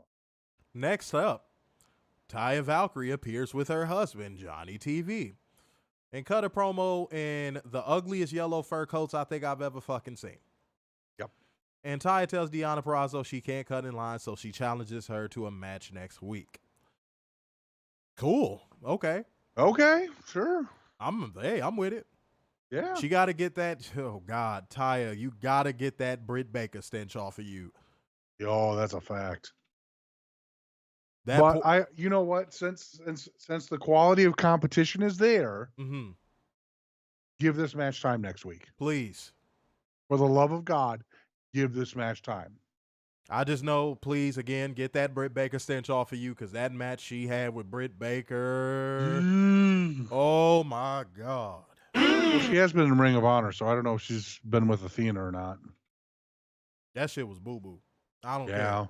We ain't seen her on Dynamite since that, I don't think.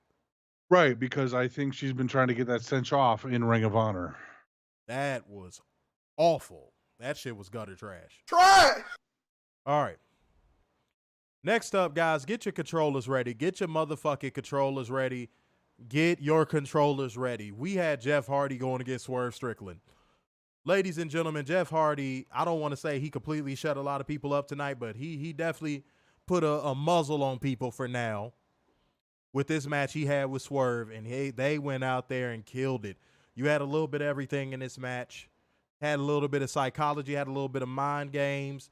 Swerve getting under Jeff Hardy's skin and making him turn up. Jeff Hardy hitting a twist of fate on the steel ring steps. You had a little bit of everything. I love that Jeff Hardy turned the Wayback Clock. I loved it. I loved this match. I mean, how many times do you see Jeff act like that? I mean, you didn't see this against Darby. No, you didn't. But So it's nice to see that he still has that gear, that third gear that we talk about, and that it shows up from time to time. now, if he could have matches like that, yeah, put his ass on TV. Put him on Hell, TV. put him in the title picture. Yeah, fuck it. Why not? But Swerve Strickland would ultimately end up winning with the Swerve Stomp in a match that was a cheat code, good stuff. And we go to break. Back for commercial, Renee Paquette interviews Hangman Adam Page. Before he can say anything, Swerve Strickland rolls up to talk about beating Jeff Hardy and being undefeated in 2024. Hangman, until Orange Cassidy comes around. Hangman tells him somebody will knock him down in the rankings before he even gets a title match. And Renee tells them they get to pick each other's matches next week. Okay. You know what? No. Don't downplay this one. Tony Khan has an interesting opportunity with this. Because honestly, what's stopping Swerve from picking like Adam Copeland in a fucking steel cage match? Oh. Yeah. He can really do something special with this if he wants to. Well, who's to say Hangman doesn't say you're going against Okada in a 2 out of 3 falls match? So Tony Khan has an interesting opportunity to do something dope with this, and I hope he does. But knowing him, Orange Cassidy will probably be involved. Probably.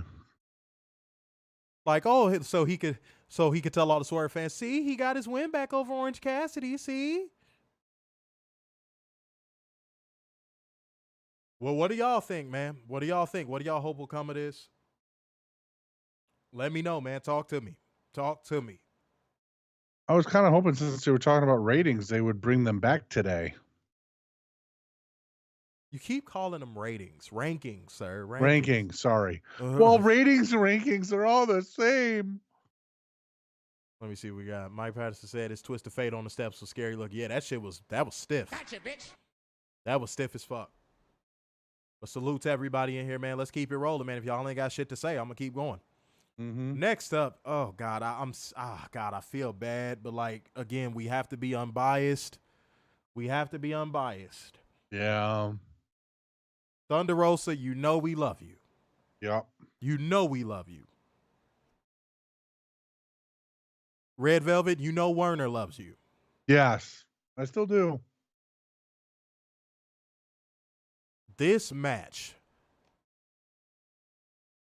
was absolute rat garbage. This match was so bad. I felt like I was watching the Britt Baker Taya Valkyrie match, but with the cast swapped out. Yeah, I'll agree with that. You had a little bit of everything in the bad direction in this one. You had a little bit of miscommunication. You had a little bit of sandbagging. You had a little bit of motherfucking botching. You had a little bit of what looked like Red Velvet potentially getting a concussion. You had a little bit of everything on the bad side. Makes me wonder if she did get a concussion. I'm going to tell you right now, one point of this match, I don't know if after Red Velvet, because again, if it comes out that she's concussed, I wouldn't be surprised. But if she's not concussed, this makes this even worse. I want to say it was towards the end of the match. You could tell they were going to the go home sequences. Red Velvet just stopped selling. And then, you know what that caused the chain effect of, a ripple effect of? Thunder Rosa just starts sandbagging her. Red Velvet stopped selling. Thunder Rosa started sandbagging. We got to hold people accountable. We cannot show favoritism. Yeah. And it was clear as day. It was clear as day. You could go back and watch it. It was so frustrating to see. It's so obvious that Thunder Rosa doesn't trust her back yet. And it's so obvious that Red Velvet, midway through this match, just gave up.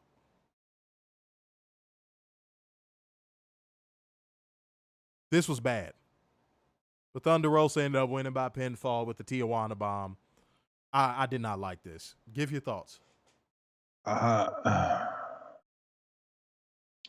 This was just disappointing. You know what I mean? Like you had high hopes because this is again what's her second match back, Third match back, and she did so well on Collision, even though she didn't trust her back. Collision brings the best out of everybody for some reason. Yeah, I don't know what it is about Collision. I don't know if Tony's not there or not. I just don't Collision know. has like a pay-per-view feel around it. Yeah. Every week. But this was just disappointing to see. And then, I don't know what issues those two have, but I hope whoever right now is the locker room leader of the women's division gets that shit squashed and fast. I don't know what it was. Because we don't need another Britt Baker running around. Yeah. I don't know what it was, but it just looked like Red Velvet just gave up halfway through this match. Mm-hmm. It just really looked like she was just like, fuck it. And Marlo said sloppy as hell. That's being generous. You said sloppy. That's being generous, dude. Mike Patterson said Thunder Rosa's matches will never be great until she trusts her body again. Because she doesn't trust herself, it costs this match. I agree. But then again, Red Velvet can't just give up. It goes both ways. You can't just put it on one person. It was like they had maybe 2 miscommunications and Red Velvet was just like, do whatever. And I'm going to be honest. Werner's brought up something I wanted to talk about. Yeah, it just seems like those women just don't like her. Mm-hmm. And don't want to make her look good. I think she got a good match out of Queen Aminata because they don't got no like real history for real. Right. Whereas like the OGs, she has issues with. Yeah, but I think girls like Red Velvet, Britt Baker, those type of women, I think anytime they see they got to work with her, they're like, oh, I'm going to make her look like shit. Mm-hmm. Catherine, I knew you was going to take this opportunity to what you still are being a little bit of a coward because you still haven't told us what your actual beef is with her. Yep. What's your actual beef with her?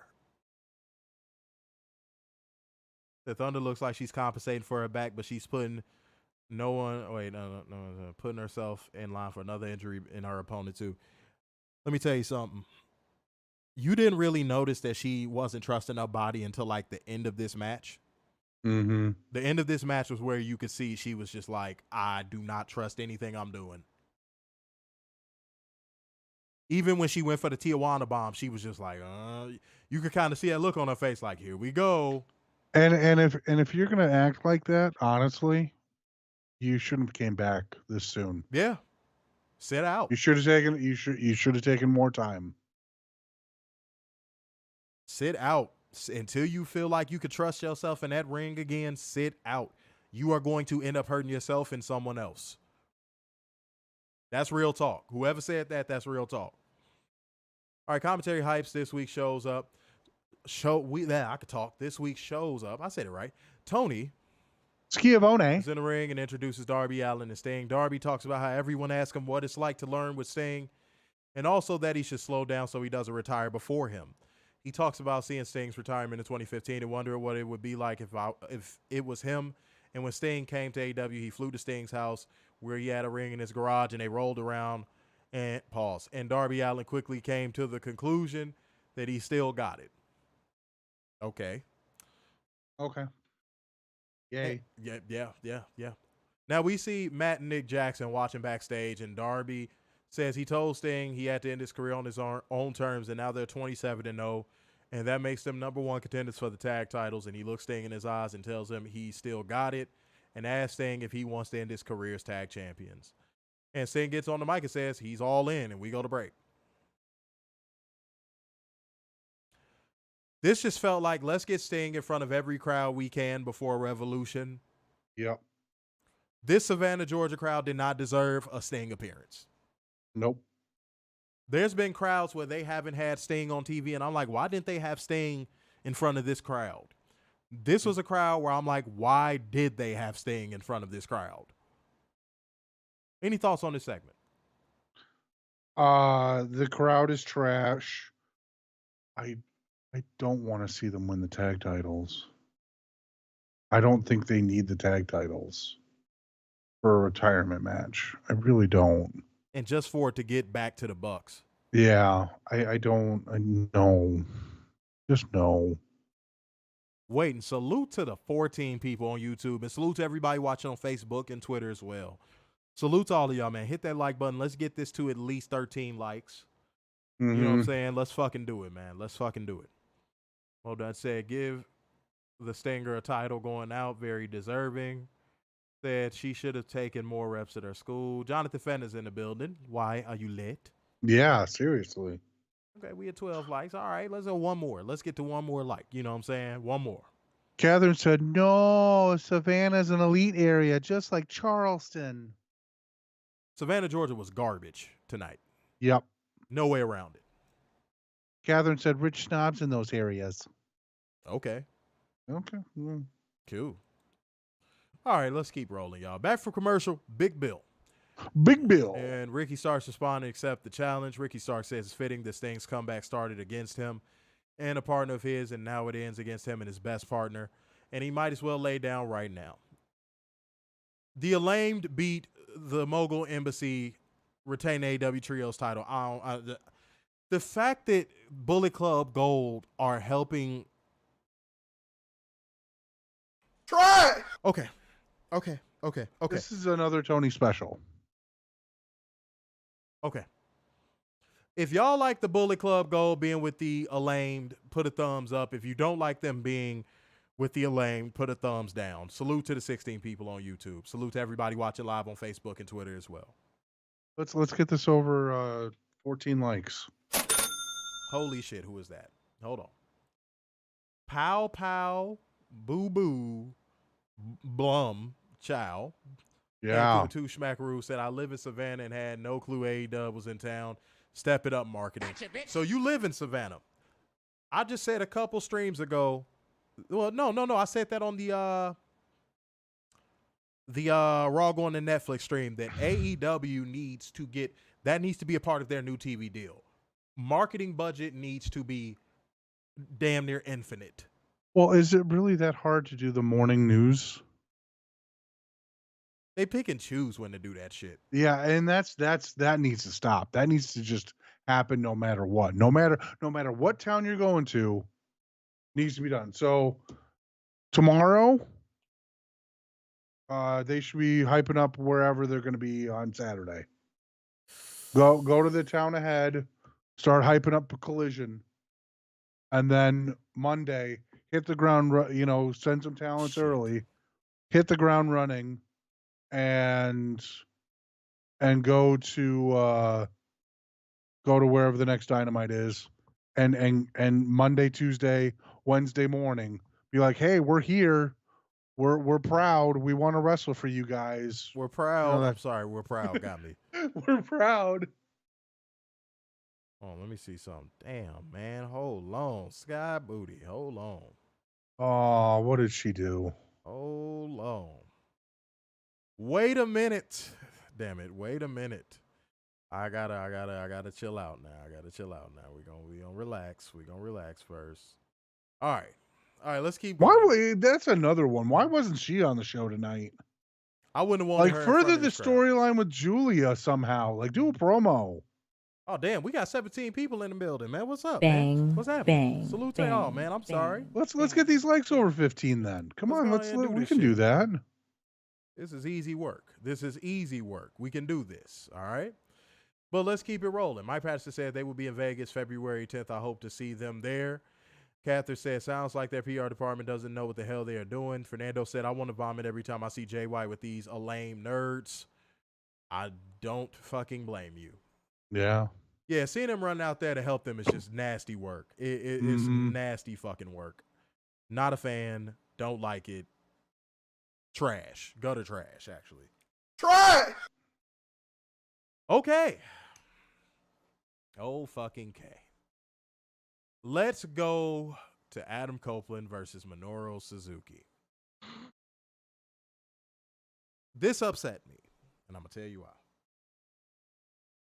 First of all, this was a match where the crowd needed to set the tone. The crowd needed to set the tone for this match. But before we talk about that, Serena Deeb's comeback match was announced for a Collision this Saturday. Lady Frost is going against Mariah May on Collision as well. They announced a couple other matches, so Werner, if you could get those pulled up, that'd be nice. Yeah. But the crowd needed to set the tone for this one. I knew this was going to be dead in the water. The moment that Minoru Suzuki came out, and it always gets to that part of the song that everybody screams at the top of their fucking lungs, they barely did it. I was like, oh my God. So, go ahead.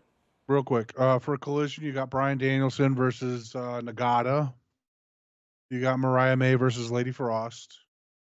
Serena Deeb's return to the ring. And then the Escape the Cage elimination match, FTR and Daniel Garcia versus the House of Black.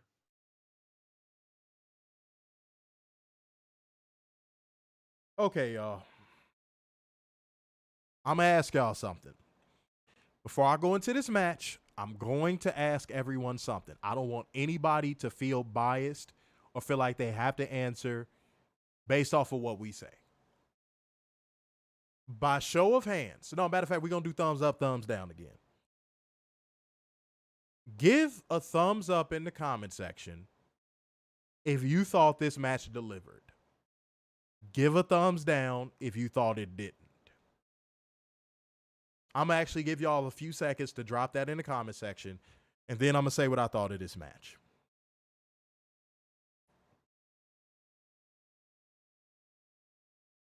Mo Dunch put a thumbs down. Okay. Keep going. Keep going. Marlo put a thumbs down. Okay. Keep going. Keep going. I know it's more than just y'all. Come on now. Yeah. New people Catherine, too. thumbs down. Thumbs down. Okay. All right. Fernando, thumbs down. Okay, let's keep going. Well, actually, a finger down. That's okay. You know, do that when you with your girl. Okay. Yeah. Keep going. I want to see what people say. I want to see what people say. Mr. Mayhem, thumbs down. Okay. One more, and then I'm going to go into my thoughts. One more. I just need one more, and I'm going to go into my thoughts. I'm holding off. I want to make sure that everybody gets their vibe in. Maria gave a thumbs up. Of course she did. All right, now let's go. First of all, the crowd let me down for this matchup. Second of all,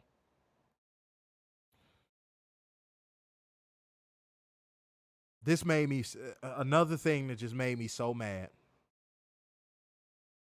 This should have been a turn the clock back match for Minoru Suzuki. Agreed. It is time for us to start holding Minoru Suzuki accountable. I get it. He's a nostalgia act. Everybody loves him. Murder Grandpa this, blah, blah, blah. I get it. Minoru Suzuki should have went out there and gave every last breath in his body to make this match something. Instead, we got the prototypical Minoru Suzuki match. Look at how hard I can hit. Look at my gotch pile driver. Look at me kick out of finishers. Look at me hit hard again. And look at me ultimately get defeated. And look at me only last 5 minutes. Because that's how long that match was. And that brings me to my third issue with this match. Why the hell did this match only get 8 minutes? Gotcha, bitch. After entrances? Can Tony Khan break that one down to me? You had so much hype surrounding this match, dude. You had so much hype surrounding this match, and you said, let me just wet the bed real quick. But I'm going to hold Minoru Suzuki accountable too. The murder grandpa shtick, I'm not doing it. Oh, I was off by a minute. Okay, cool. 9 minutes. Boom. Still. Why did this match get 9 minutes?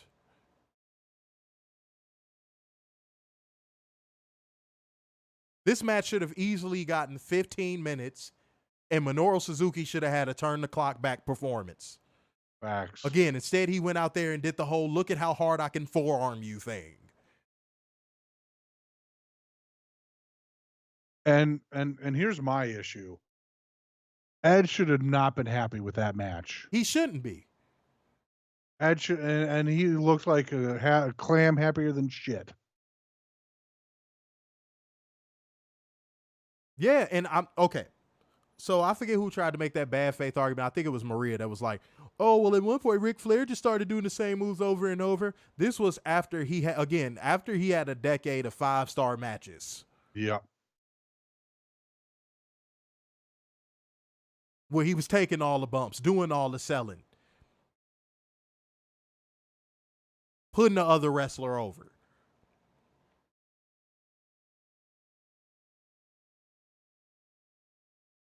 If this is what Minoru Suzuki was going to do, he could have stayed his ass in Japan. You know, Mo Dunch brings up an interesting point. He said, because you gave the Acclaimed 9 minutes. Maybe it takes Suzuki an extra few minutes than what we think to get into his second gear. That's why I said that was my second issue with the match. Yeah. I'm sorry, my third issue. My apologies. That's why I said that was my third issue with the match. Why did this match only have 9 minutes to work?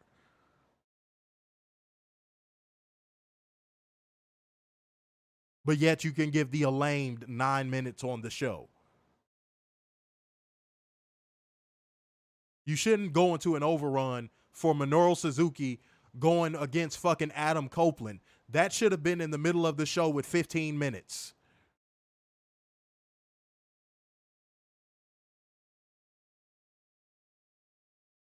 So I didn't like this match. Adam Copeland won by pinfall with the kill switch. I didn't like that either, because what was the point of him doing that if Christian wasn't going to show up? Yeah. Adam Copeland gets on the mic and says he's never been hit that hard in his life and offers Suzuki respect and a handshake. And they did all of this for Minoru Suzuki to growl and walk off. Mm-hmm. But I bet if he had just got through having a match with Orange Cassidy, they would have had him shake his hand and bow and all types of shit. So this looks pointless. Yeah.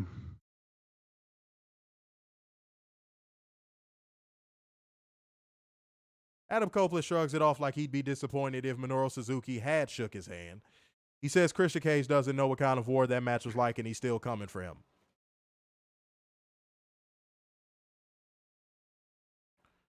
Let's get to ratings. I am going with a 2.5 for this show tonight. This show was the pro wrestling epitome of empty calories. This was a very empty calorie show. This card looked so good on paper, and then it just fizzled out like a wet fart. Right in front of our eyes. This could have been so much better. And the only reason why it's even in the positives is because of the work that Swerve put in tonight.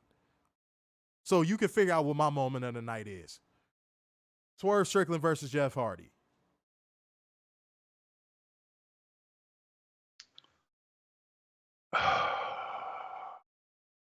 Oh shit, 16 likes. That's beautiful. Thank y'all. I'm struggling. I'm gonna go with my gut. I'm gonna go -3. Because there was just too much WWE tonight. Way too much WWE. And yeah, Swerve saved the show, but he can't save the show every week. This should be a wake up call for Tony. Period. And I don't know what else. Moment of the night, I'm gonna give it to Toni Storm because she just keep doing what you're doing because she's knocking it out of the park. So Werner, here's how you should know your take should immediately feel like a bad take. If Maria is saying she agrees with you, you have a bad take, sir. I'm sorry. I did. Why? If Maria's agreeing with you, that's a bad take. No, I'm playing. Maria said Werner's right. The American style is quicker pace, and he's not built for it conditionally. I ain't trying to hit none of that. You want to know how you could have remedied that? Giving them more time. Mm-hmm. I'm tired of people giving Minoru Suzuki excuses for having these weak-ass matches.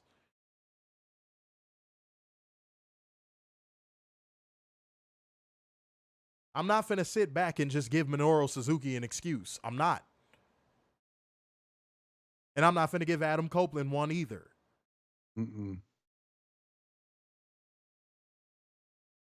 And I'm definitely not about to give Tony Khan one. No. Mo Dunn said Swerve and Hardy should have been the main event. I agree. Mm-hmm. Maria said 5. Mo said 3.5 moment of the night. Jeff Hardy. Rating 6 moment. Deonna Tony. Mo said hour and a minute and 18 seconds. 6 matches on tonight's show. Fernando said 3.5. Marlo said rating 1. Swerve, Jeff Hardy, moment of the night. Rest of the show was Duke Juice. Mike Patterson said moment of the night is the promo with Storm. Yeah, I was not feeling tonight's show. Yeah. It was too much empty calories on this show. Way too much. Almost everything felt like filler. I'm not even kidding. Mr. Mayhem said moment of the night, Swerve versus Hardy. Like, you take that off of this show and the Tony and Deonna segment off this show's a -10. Oh, yeah. Easy. But I'm going to say something before we go to clear the air that I think Tony Khan needs to think about. This show is not lacking for star power. Nope. It is lacking from proper direction.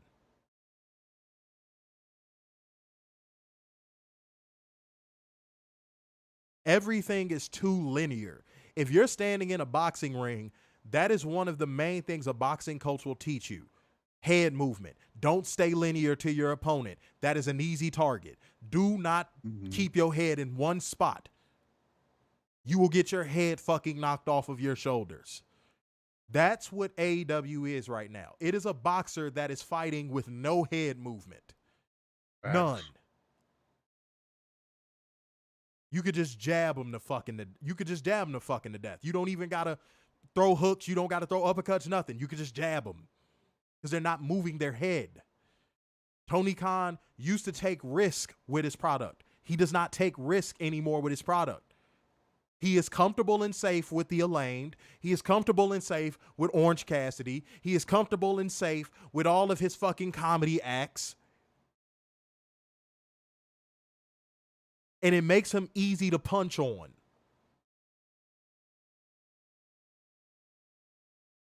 And he's definitely too linear with his title pictures.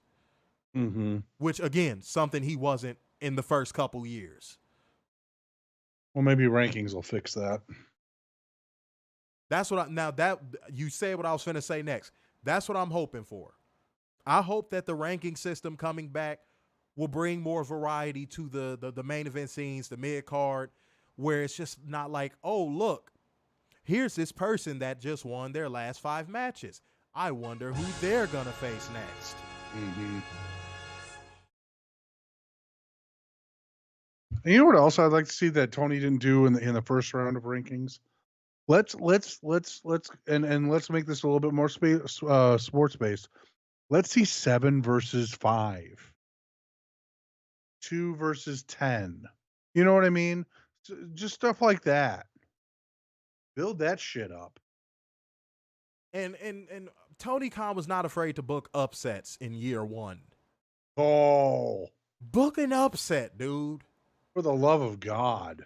Because that I mean, hell, didn't he in year one have Trent beat Kenny? if I'm not mistaken, yeah. And then the Continental Classic. Oh, well, we knew what happened there. That was so linear, it's not even funny. That was so linear, it's not even funny. You could even predict the so-called upsets. Mm-hmm. Gotcha, bitch. Pow pow boo boo. Wait, pow pow boo boo. Blum chow. One Schmackaroo said, I know Swerve back is hurting after tonight carrying this shiz. Absolutely. AOKD Stan came through. One Schmackaroo said, Tony Booty, can Juice Robinson fight? Asking for a friend. I don't know, but he does consider himself rock hard, so watch out for that. Yeah. Melissa's back. What? Mm-hmm. I don't know why the sadness song played. That's funny. Wait, where do you see Melissa at? Am I tripping? Oh, hey, Melissa, I see you now. Hey, Melissa. What's going on, Melissa? Hit that like button over on Facebook for us. We had some technical difficulties getting the stream started tonight, but we ended up getting this shit done. Okay? Mm-hmm. That's what we do, man. That's just what the fuck we do. All right? We sitting at 2 hours. 2 hours exactly. That's fine. I just didn't want to go 2:30. I'm like, I ain't doing no 2:30. Melissa said, listening to you until I either fall asleep or fall down. Well, all you listen to us before you go to bed. There That's we go. Sweet. That's sweet. Let me talk like this. I'm gonna slow down. So Melissa, you're getting ready to go to bed. You're getting ready to go to sleep. Let the pillow fall gently onto your head. Let the soothing sounds of Waffle Crisp rustling in the bag soothe, and I mean absolutely soothe your aching soul. Oh man, Melissa said, I feel the love. Oh, well, that's good. That's good. We want everybody to feel the love, all right? But y'all should do that more often. Be like Melissa. Listen to us before she goes to bed. That's nice. That's nice. That's sweet. Well, unfortunately, you came in at the end of the stream. So why are you lit? So hit rewind. Yeah. Do that. Well, I don't know. You might stay up because the beginning of the stream had a little bit of vitriol in it. Yeah. But we got the objective completed. That's all that matters. Yes. We got the objective completed. Mike Patterson said they battle for a month, then do a small eliminated tourney for a match at a pay-per-view. Okay. Yeah. I don't hate on that. Wait, what, Mo? Oh yeah, you talk about, was that year one? Said Private Party beat the Bucks. Yeah, okay. That was the second episode of Dynamite. Yep. And then they never recovered.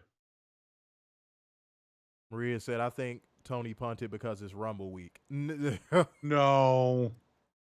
Oh my No, God. he's been punching long before that. Yeah, let's not do that. Because Tony Khan will have a string of really good shows, just like he had. He'll have a string about 3-4 good shows, and you're like, this dude is back on track. And then he'll have now he'll have 5 shitty ones. Yeah. And you're like, why? Warren, you remember when he used to have a bad show and then come back and just book 3 weeks of fire?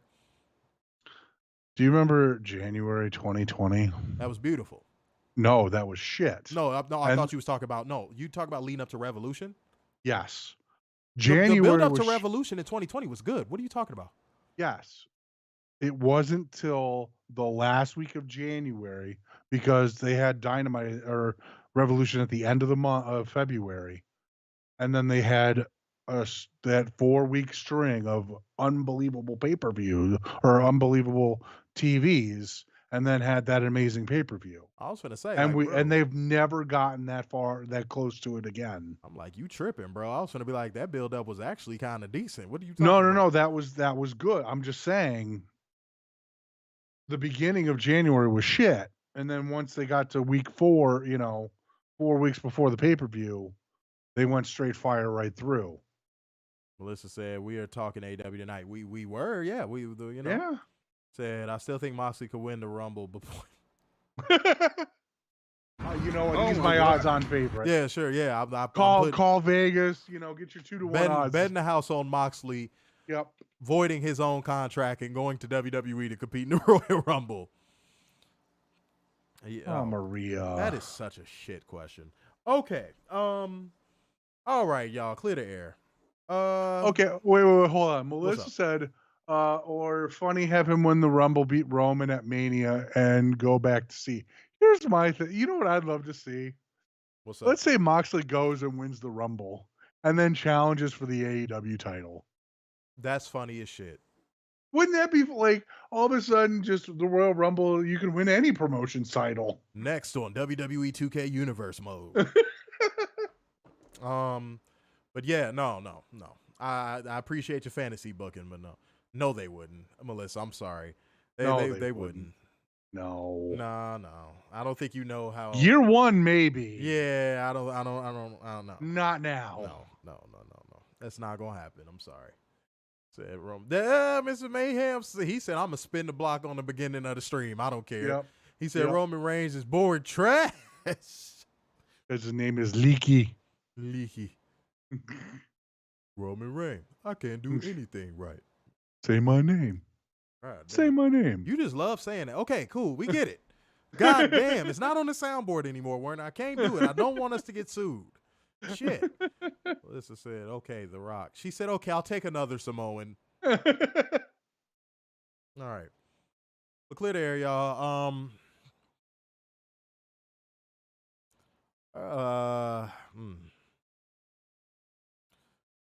Clearing your mind is an art form. You have to know how to fucking do it without being reckless or stupid. There's a lot of people that think clearing their mind involves doing something reckless or stupid. Clearing your mind could just be stepping away from your phone, stepping away from your computer, listening to a song you like. It can be anything. You don't have to be the jackass that just goes out and makes somebody else's day shit because you don't know how to control your emotions and you don't know how to clear your mind properly. Find a peaceful, logical way to clear your mind and just do that, and don't make nobody else's day shitty because you don't know how to control yourself. And that's what I want to clear the air on. I want to piggyback on that a little bit. Help out someone. Make someone's day just a little bit better by helping. Whether you see someone at the grocery store and they're struggling getting their groceries in, help them out. If you see a neighbor going into like an apartment complex and they're struggling with whatever, help them out. You know, if you know a neighbor is sick, send him over some soup. Simple things like that. Just little things that karma will pay forward eventually. Oh, damn. I went the whole stream without seeing it, but, I got to tell Werner what's happening. Mike Patterson said, Werner, thank you for the Chargers' new head coach. We need it. There it is. I need the sadness song. No, you don't. Yeah, The sadness song is you quitting on your team and changing it back to the Oval Office. Thought I wouldn't quit on notice. my team. Thought I would. Ward Emmanuel quit on this team. Santa Ono quit on this team. Ooh, I like that one, Catherine. Catherine said, don't let the little things become the big things. That is, oh my God, that's facts plus facts. That's yeah. I love that. It's a lot of people that, again, because they don't know how to control their emotions or control their thought process, or they're not used to being checked, they make little things become big things. So when a person is being calm and telling them you need to chill the fuck out, you know what they perceive that as? Ignorance, arrogance. No, it's just you're not going to get the better of me because you can't control your emotions. Learn how to control your emotions. Come back when you figure it out. Simple as that. I'm curious with this clear of the air though. Is this her confession? Whose confession? Catherine's. I don't know. Ask Usher. No, like for killing Brendan. Oh, well, yeah. Yeah. Yeah. He popped one Pop-Tart instead of two, and next thing you knew, she popped him. Yep. Yeah. Yeah. It's all good. So I have no clue to root for, ladies Rumble. We'll talk about that on Friday. Friday we will actually do the whole thing, the whole coverage. We gonna do that the right way. We gonna do that the right way. Yep. Because there's only 4 matches. Yeah.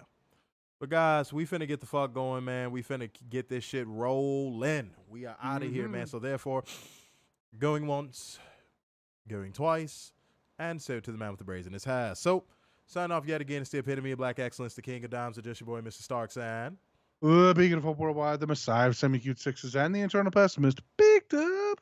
peace out, y'all. See you Friday.